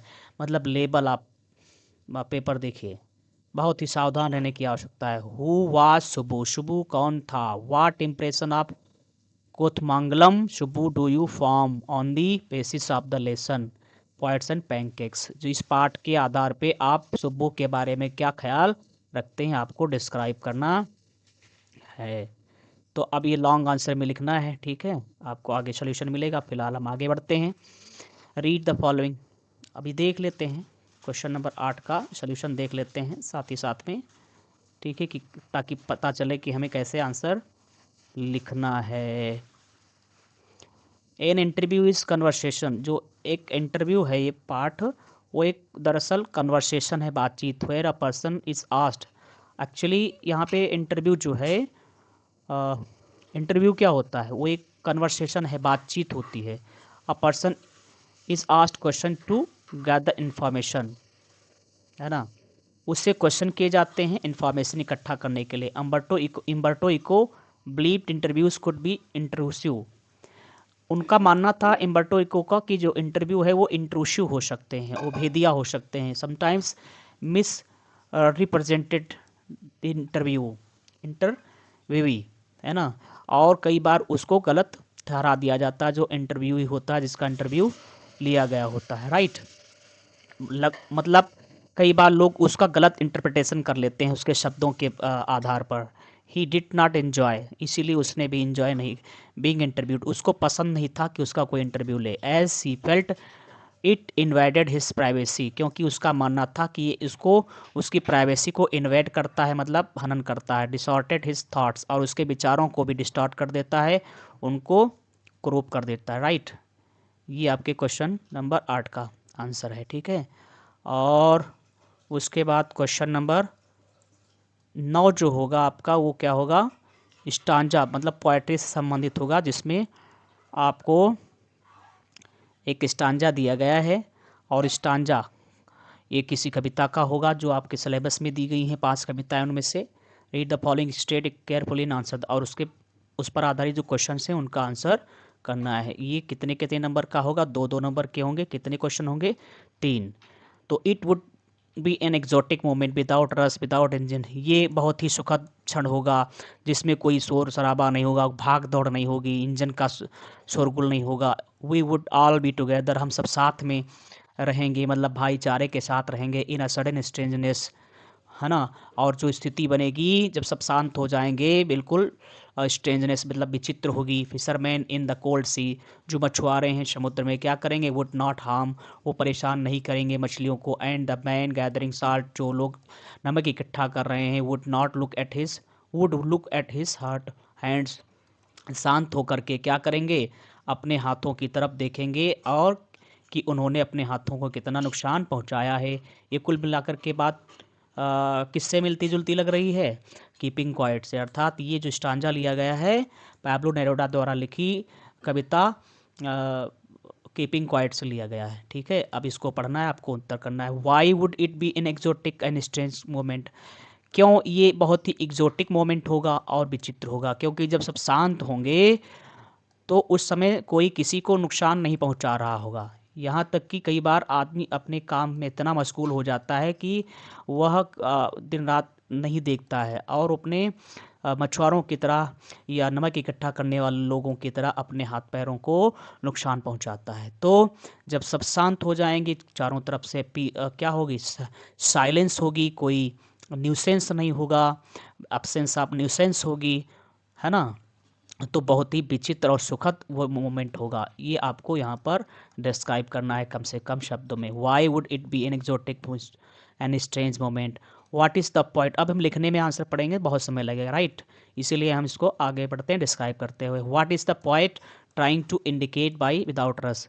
What is the poet trying to indicate by without rush. यहाँ पर विदाउट रस से कभी का क्या तात्पर्य है? विदाउट रस अर्थात कभी कहना चाहता है कि जब एक सब लोग कीपिंग क्वाइट करेंगे, अर्थात जब सब शांत हो जाएंगे, तो जब सब शांत हो जाएंगे तो जो इंजन, फैक्ट्री, हेलीकॉप्टर्स, है ना, या जिस प्रकार के मशीनों का जो शोरगुल है वो भी रुक जाएगा कुछ समय के लिए। और जब सब चारों तरफ से सन्नाटा होगा, है ना, साइलेंस होगी, तो बड़ा ही सुखद तो वो मोमेंट होगा। उसके बारे में यहाँ पर कभी बात कर रहा है।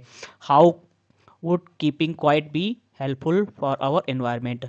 और ये हमारे एनवायरनमेंट को क्या लाभ पहुंचाएगी कीपिंग क्वाइट, ठीक है। ये हमारे क्वेश्चंस थे। अब इनके हम आंसर्स को फटाफट चेकआउट करते हैं। क्वेश्चन नंबर आपका कौन सा है? 9। 9 के आंसर्स देखते हैं। कैसा समय होगा? It would B exotic and strange because, ये सुखद और स्ट्रेंज इसलिए होगा क्योंकि एवरी वन वुड पास, क्योंकि हर कोई क्या करेगा? पाज करेगा, ठहर जाएगा। एक्सपीरियंसिंग साइलेंस, सबके सब आनंद ले रहे होंगे किसका? साइलेंस का और यूनिटी का। सब एक दूसरे का सम्मान कर रहे होंगे, भाईचारे के साथ रह रहे होंगे। विदाउट रस, विदाउट इंजन, यहाँ पे जो विदाउट रस और विदाउट इंजन से जो क्वेश्चन था उसमें पूछा जा रहा था कि विदाउट रस और विदाउट इंजन नाम, ये जो फ्रेजेस हैं इनका मतलब क्या है? तो इनका मतलब है कि ये सजेस्ट करती हैं ए ब्रेक, है ना, मतलब सब एक ब्रेक हो जाएगा, पाज हो जाएगा, ठहराव हो जाएगा from the last fast paced mechanic world, जिसमें सब भागते हुए नज़र आ रहे हैं। सुबह से लेकर शाम तक लोग क्या कर रहे हैं? ट्रैफिक में फंसे हुए हैं, ऑफिस में जो है उनके पास बर्डन है वर्क का, तो वहाँ पर वो क्या होंगे? शांत होंगे और उसमें ठहराव लाएंगे एक समय के लिए। सब कुछ रोक करके इंट्रोस्पेक्शन करेंगे, मेडिटेशन करेंगे, जिससे कि उनको एक नई ऊर्जा, कॉन्फिडेंस मिलेगा, राइट।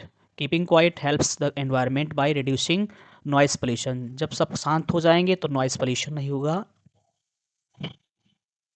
और एनवायरनमेंट को क्या मिलेगी? मदद मिलेगी।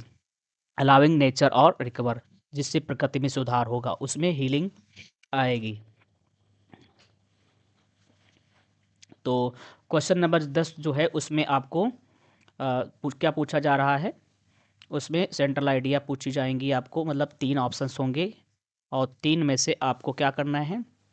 जिस पे आपको अच्छे से आता है आप उस पर लिखना है। जैसे आ थिंग, आ ब्यूटी, आ रोड साइड स्टैंड, है ना। अब यही आपके लिए इम्पॉर्टेंट हैं तीनों, राइट।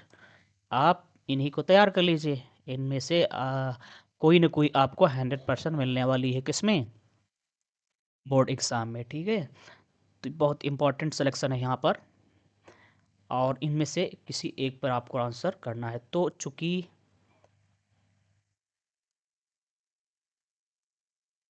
आंसर जो है इसका क्वेश्चन नंबर 10 का सेंट्रल आइडिया किस पर? आ थिंक आ ब्यूटी पर हम लिख रहे हैं। ब्यूटी ब्रिंग्स जॉय, जो सुंदरता है वो हमें क्या देती है? आनंद देती है, आशा देती है। नेचर्स ब्यूटी, जो प्रकृति की सुंदरता है, इज़ कांस्टेंट, वो हमें कांस्टेंट सोर्स ऑफ हैप्पीनेस है। कांस्टेंट सोर्स ऑफ हैप्पीनेस है। मतलब आपको कम से कम शब्दों में क्या करना है? सेंट्रल आइडिया लिखनी है, ठीक है। तो इस पार्ट का सेंट्रल आइडिया क्या है? मतलब इस कविता की सेंट्रल आइडिया क्या है? जो आ थिंग ऑफ ब्यूटी है, सुंदरता की वस्तु जो है, ब्यूटी ब्रिंग्स जॉय, जो सुंदरता है वो आनंद देती है, आशा देती है। एंड नेचर्स ब्यूटी, और जो प्रकृति की सुंदरता है, इज अ कांस्टेंट सोर्स, वह हमें एक लगातार, है ना, एक कॉन्टिन्यूस सोर्स है हमारे लिए, किसका? आनंद का और प्रेरणा का। पेड़ पौधे हमें हमें क्या करते हैं? एक कॉन्टिन्यूस आनंद प्रदान करते हैं। Question number 11। 11 जो है सप्लीमेंट्री से शॉर्ट क्वेश्चंस होंगे, मतलब 2 क्वेश्चंस आपसे पूछे जाएंगे, ठीक है। उस ठीक उसी तरह से जैसे आपने कौन सा क्वेश्चन नंबर किया था अभी, क्वेश्चन नंबर 8 में प्रोज सेक्शन के जो शॉर्ट आंसर्स थे, 8 नहीं 7 नंबर में, वहाँ पर आपसे पूछा गया था। तो इसी तरह से 11 में भी आपको 4 क्वेश्चंस मिलेंगे। ए का ऑप्शनल होगा एक, और बी का ऑप्शनल होगा। इसमें से चाहे आप ये करें या ए करें, और बी से भी आप चाहे पहला वाला करें या दूसरा करें। जो क्वेश्चन आपका है,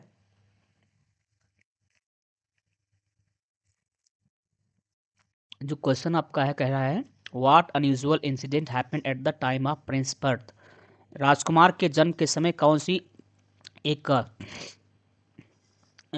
इंसिडेंट ऐसी होती है जो कि अनयूजुअल थी, मतलब असामान्य थी। तो यहाँ पर क्वेश्चन पूछा गया है, ये किस चैप्टर से क्वेश्चन है, टाइगर किंग से। दरअसल जब एस्ट्रोलॉजर्स ने उस न्यूली बॉर्न चाइल्ड के बारे में प्रेडिक्शन किया कि उसकी मृत्यु जो है टाइगर के हाथों होगी, तो रिएक्शन के तौर पे जो 10 दिन का महज बच्चा था वो बोल पड़ा था। और ये उस बच्चे का बोलना ही क्या है, एक स्ट्रेंज थिंग है, राइट। उसी के बारे में आपको लिखना है। व्हाट वाज गोंडवाना, गोंडवाना क्या था, what happened to it later, बाद में इसके क्या हुआ। गोंडवाना क्या था, बाद में इसके साथ क्या होता है। ये आपका journey to the end of the earth से लिया गया है कि गोंडवाना क्या था और बाद में क्या हुआ। दरअसल लेखिका ने इसमें बताया है पाठ में कि जो लाखों साल पहले धरती जो है आज की प्रेजेंट टाइम की भौगोलिक स्थिति में नहीं थी, वह उसकी स्थिति दूसरी थी। जब प्रेजेंट टाइम के महाद्वीप और द्वीप नहीं हुआ करते थे तो वो उस समय के लाइन को हम क्या कहते थे, गोंडवाना, जब डायनासोर का युग हुआ करता था। बाद में धरती में क्या होता है, वो शिफ्ट होती है, टूट जाती है, बिखर जाती है पीसेस में, और प्रेजेंट टाइम के जो है महाद्वीप हमें कॉन्टिनेंट्स देखने को मिलते हैं। ठीक है, इसके विषय में लिखना है। बहुत ही सेलेक्टेड क्वेश्चंस हैं। Why did सडाउ help the American soldier, American soldier की जो है मदद डॉक्टर ने क्यों की थी, क्योंकि बीइंग अ डॉक्टर उसकी मॉरल रिस्पॉन्सिबिलिटी, मतलब डॉक्टर था इस वजह से उसकी नैतिक जिम्मेदारी थी क्या करना, कि वो एक पेशेंट का, एक ज़रूरतमंद जो पेशेंट है उसकी वो मदद करे, चाहे वो दुश्मन हो या दोस्त हो। How is Derry's idea of a friend different from that of Lamb. अब इनमें से आपको कोई एक ही करना है, ठीक है, तो आगे सोल्यूशन आपको मिलेगा। Answer any one of the following question in about 80 words. आपको अब ये लॉन्ग आंसर लिखना है। 7 नंबर का फिर से सप्लीमेंट्री से ही है। पहला क्वेश्चन है हु इज़ बामा, बामा कौन है। हाउ डज बामा experience discrimination in her childhood, उन्हें कैसे अपने बचपन में भेदभाव का शिकार होना पड़ता है, उसके विषय में आपको लिखना है, अपने विचार प्रस्तुत करना है, दिखाना है कि किस प्रकार से बामा जब स्कूल गई थी तो उसके बाल काट दिए गए थे, है ना, जबकि उसके कल्चर में वो अलाउड नहीं था। ठीक है, तो इस प्रकार से वहाँ पर वह भेदभाव का शिकार हुई थी, उसको बताती है। What physical disabilities do Mr Lamb and Derry suffer, यहाँ पर मिस्टर लैम्ब और डेरी की जो फिजिकल डिसेबिलिटी है वो क्या है। तो दरअसल इसके पैर नहीं था मिस्टर लैम्ब के, और डेरी का जो है एक, मिस्टर लैम्ब की एक 10 लेग थी, है ना, एक्सीडेंट में इसका पैर ब्लोन ऑफ हो गया था, राइट। इस वजह से उसने एक 10 लेग लगवा रखी थी, और डेयरी के चेहरे पर एसिड फॉल हुआ था जिसकी वजह से उसका चेहरा जो है बर्न दिखता था, और जिसकी वजह से इन दोनों को लोगों का के उपहास का सामना करना पड़ता था। What does dairy mean by saying if, dairy जब ये कहता है कि if I don't go back, यदि मैं दोबारा ना आऊँ, I will never go anywhere in this world again, तो समझ लेना कि मैं अब कहीं नहीं जा रहा हूँ, अर्थात घर में ही कैद हो जाऊंगा, ये कहने का प्रयास कर रहा था। तो ये आपका on the face of it से क्वेश्चन पूछा गया है, और ये आपका किससे, मेमोरीज ऑफ चाइल्डहुड से क्वेश्चन पूछा गया है। तो आप यहाँ पे जो देखेंगे क्वेश्चंस का सिलेक्शन देखेंगे मॉडल पेपर में, है ना, बिल्कुल डिफरेंट टाइप के क्वेश्चंस हैं आपके, नेक्स्ट लेवल के क्वेश्चन हैं। आपको बिल्कुल हल्के में नहीं लेना है, प्रिपरेशन को ज़बरदस्त बनाए रखना है, ठीक है।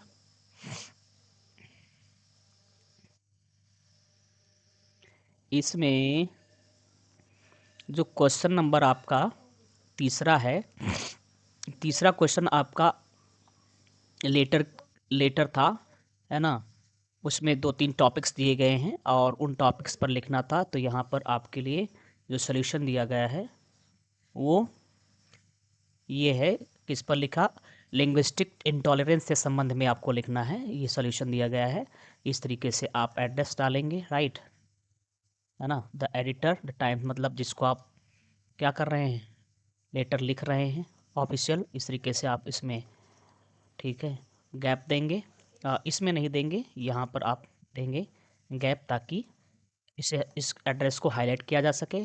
और फिर उसके बाद आप सब्जेक्ट डालेंगे, ऑफिशियल लेटर्स जितने होते हैं उसमें हम सब्जेक्ट जरूर डालते हैं, तो सब्जेक्ट डालेंगे concern over growing linguistics intolerance, जो बढ़ती हुई भाषागत जो समस्या है उसके बारे में लिखना है। सर है madam, I am writing to express my concern, मैं क्या कर रहा हूँ, अपने सब कंसर्न को, मतलब जो हमारा सरोकार है उसको मैं एक्सप्रेस करने के लिए, अर्थात क्योंकि मैं इस कंट्री में ठीक है, रहता हूँ, इस वजह से हमारी नैतिक जिम्मेदारी है कि हम अपने विचार प्रस्तुत करें कि जो ये विवाद है समाज में, विवाद नहीं होना चाहिए। इसके संबंध में मैं कंसर्न में लिख रहा हूँ। इंक्रीजिंग लिंग्विस्टिक भाषागत जो इंटॉलरेंस है ना, भाषा के नाम पे जो हिंसा होती है उसके संबंध में मैं लिख रहा हूँ। इन आवर कंट्री, हमारे देश में, language is an integral part of our identity, क्योंकि जो भाषा है हमारे पहचान की वो एक अभिन्न अंग है। मतलब यदि हमारी कोई पहचान है तो भाषा के माध्यम से होती है। ये